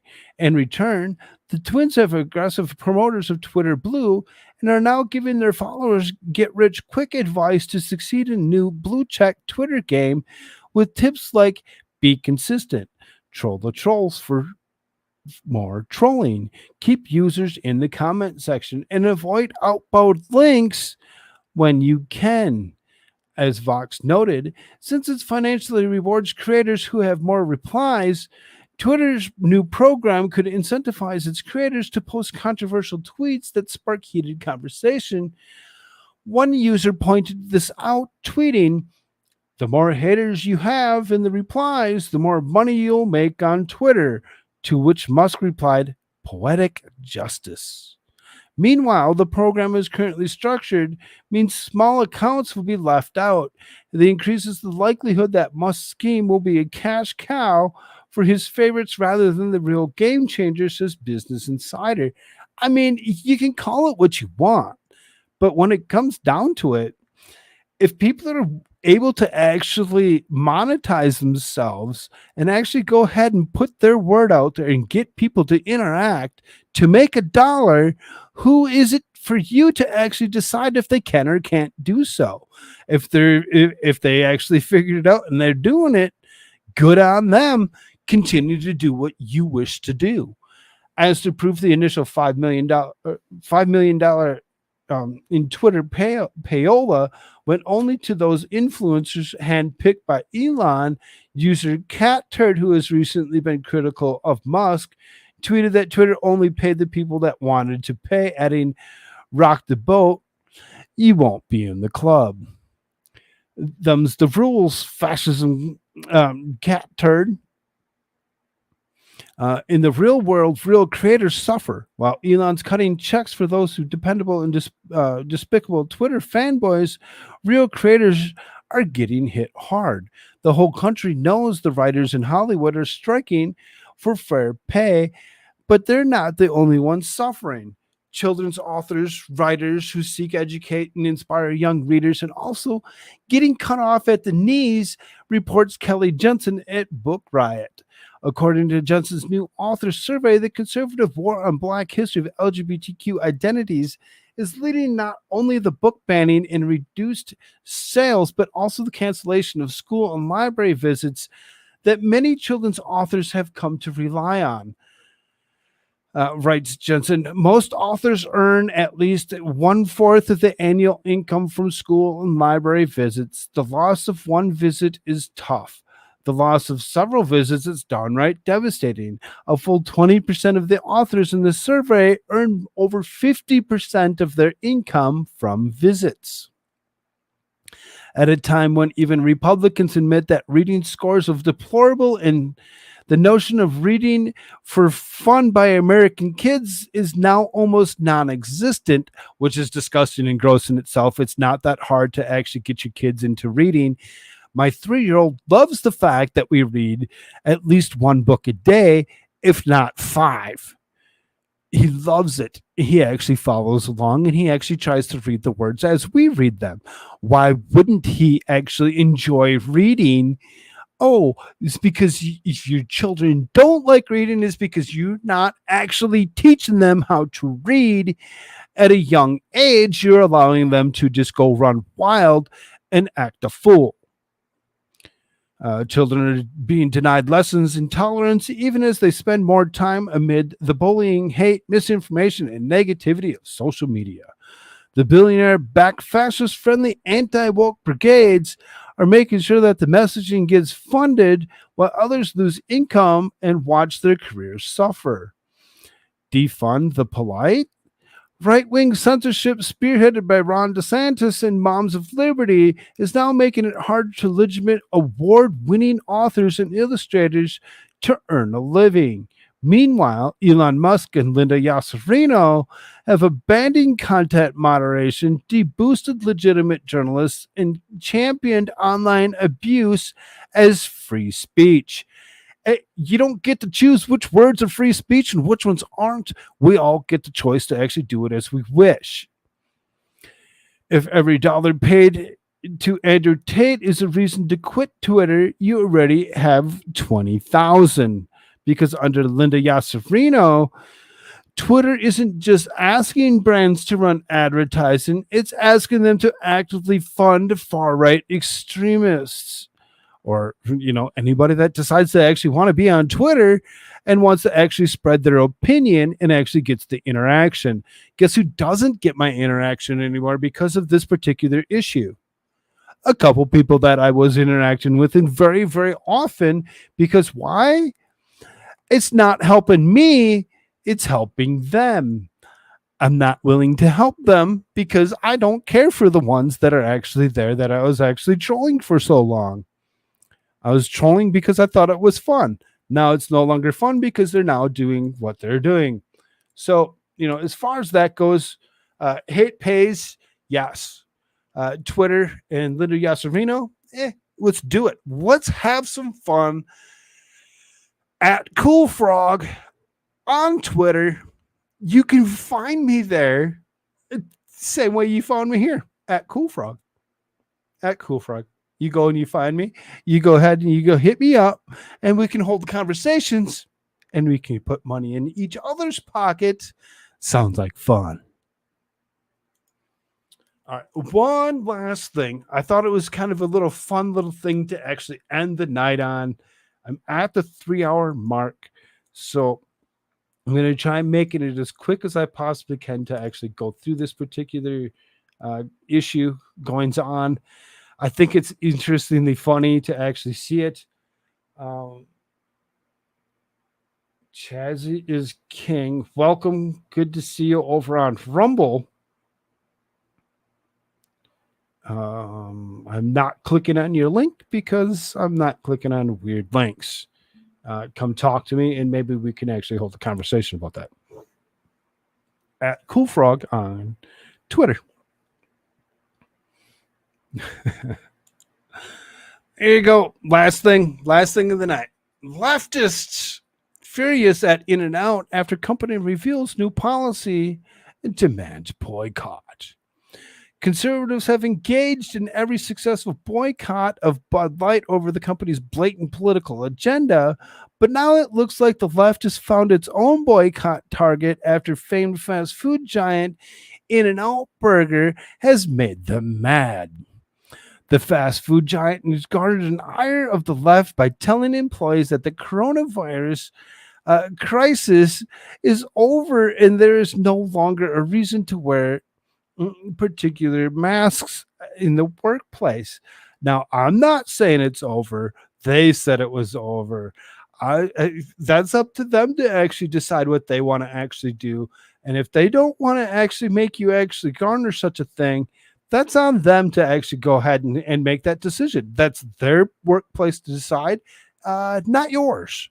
Frankly, why shouldn't the burger behemoth?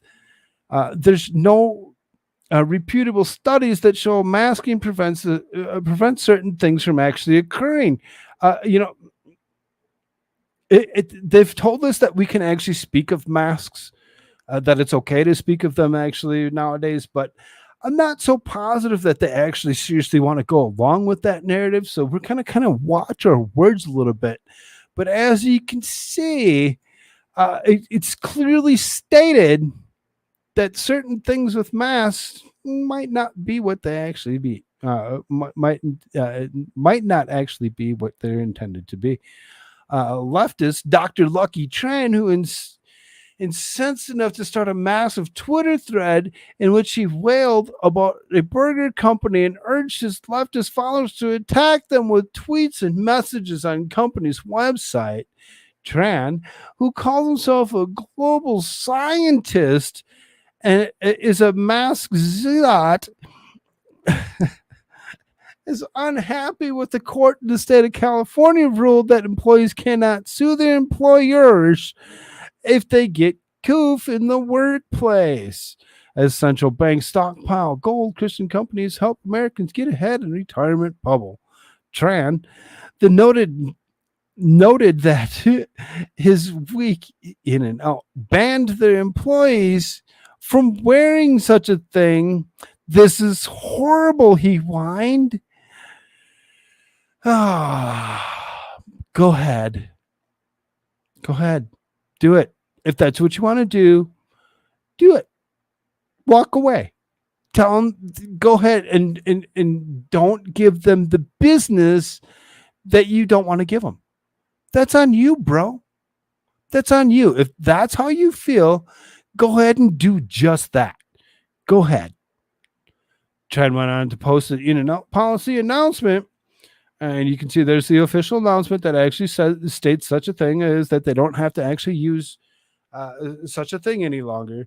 The doctor also began posting links to the burgers company's public comments page. Way to go, Dr. Lucky Tran. Keep doing what you're doing. Maybe you might win something.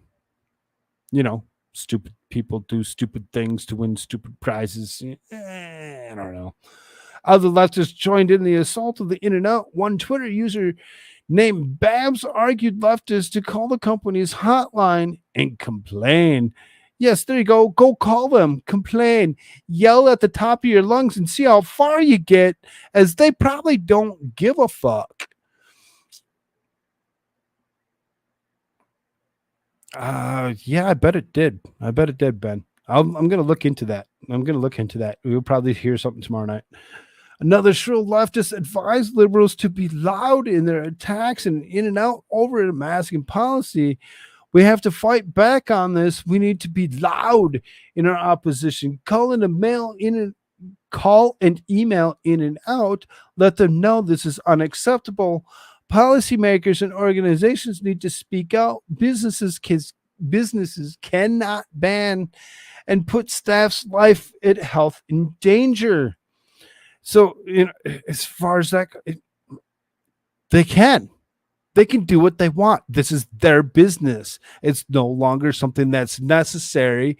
And if they don't want to do it, they don't have to require it, and they can ban it if they feel it necessary. If they see that it's actually causing harm, yeah, they can actually go ahead and do just the opposite. The Twitter user, oh dear, called for the boycott of the fast. Oh dear. Oh no. Banning masks at work. Oh dear, wrote this demands the boycott In-N-Out Burger. Yes, hashtag boycott of In-N-Out Burger. Mm-hmm. Go for it. Have fun. Make it count, though. Make it count. Don't just do it if it didn't going to work for you. They're all putting the currently healthy workers at risk. Unbelievable with light scientific evidence of long coof issues. Yep, long coof. It is a thing. It is real. So as far as that goes, maybe we should do some research on where it actually came from. Oh, maybe the mask had something. I have no clue. Ultimately, the far left group calling itself Mask Together America, which was organized in 2019 to push certain things in the myth of masks in America, has joined the urge of brainwashed followers to attack In-N-Out. In-N-Out Burgers allegedly trying to ban employees from wearing them unless they have a doctor's note, except In-N-Out Burger in California. Mask Together America condemns mask bullying, mask banning, or any form of discrimination against people who mask up to stay healthy. the far left group tweeted, hey, you have the right to actually believe what you want. You have the right to believe what you want. If you don't want to go by the business that you work with, rules and regulations, find another job. Go away. Go find something better to do. Later, Cake. You have a good one, dear. I'm getting ready to get out of here too. This is the last of the night. So, none of these leftists though seem to understand the fact that In-N-Out employees don't like the company's policy and that they can get another job. There are no obligation to stay where they don't feel safe. They can get a job at the same far left company like Starbucks or something. In-N-Out has been the target of the left before. Granted, being a conservative and Christian company, it isn't surprising. Still, good for In-N-Out for getting itself past all of this coof nonsense. This article appeared originally in the Western Journal. As far as that goes, if that's what people want to do, they want to actually go that far of actually doing such a thing, let them do it. It's their business. You don't have the right to tell them what to or not to do, just like we didn't tell Bud Light to go ahead and do what they did to catch their boycott. It's all up to every single individual person, and it always will be. I'm going to give this 30 seconds. Anybody have anything that they'd like to actually say or share before we actually do go away? I'm going to give you a few moments to actually do such a thing. If you haven't done so already, please hit the like button. Share this out to all those places that you like to share things. Let your friends know where you like to hang out. If you liked what you actually seen, please hit the like button. If you didn't like what you seen, hit the like button anyway and leave a comment. That works as well for the Rumble side of things, as well as, if you haven't done so already, check out americashirtsaretfirst.com. Only the most base shirts on the planet. Use promo code Koolfrogg. You get 15% off of anything in the store. Thank you all so very much for being here. Global scientist Lucky Tran can suck it. Yes, Lucky Tran can suck it. Thank you, Ben Frail, for being here. Thank you, Great Liquor. Cake, I don't know who's all with me. Everybody say goodbye. Thank you so very, very much for being here. Enjoy your night, day, morning, whatever it may be. Love you all so very much. Later. I don't want to live on this planet anymore.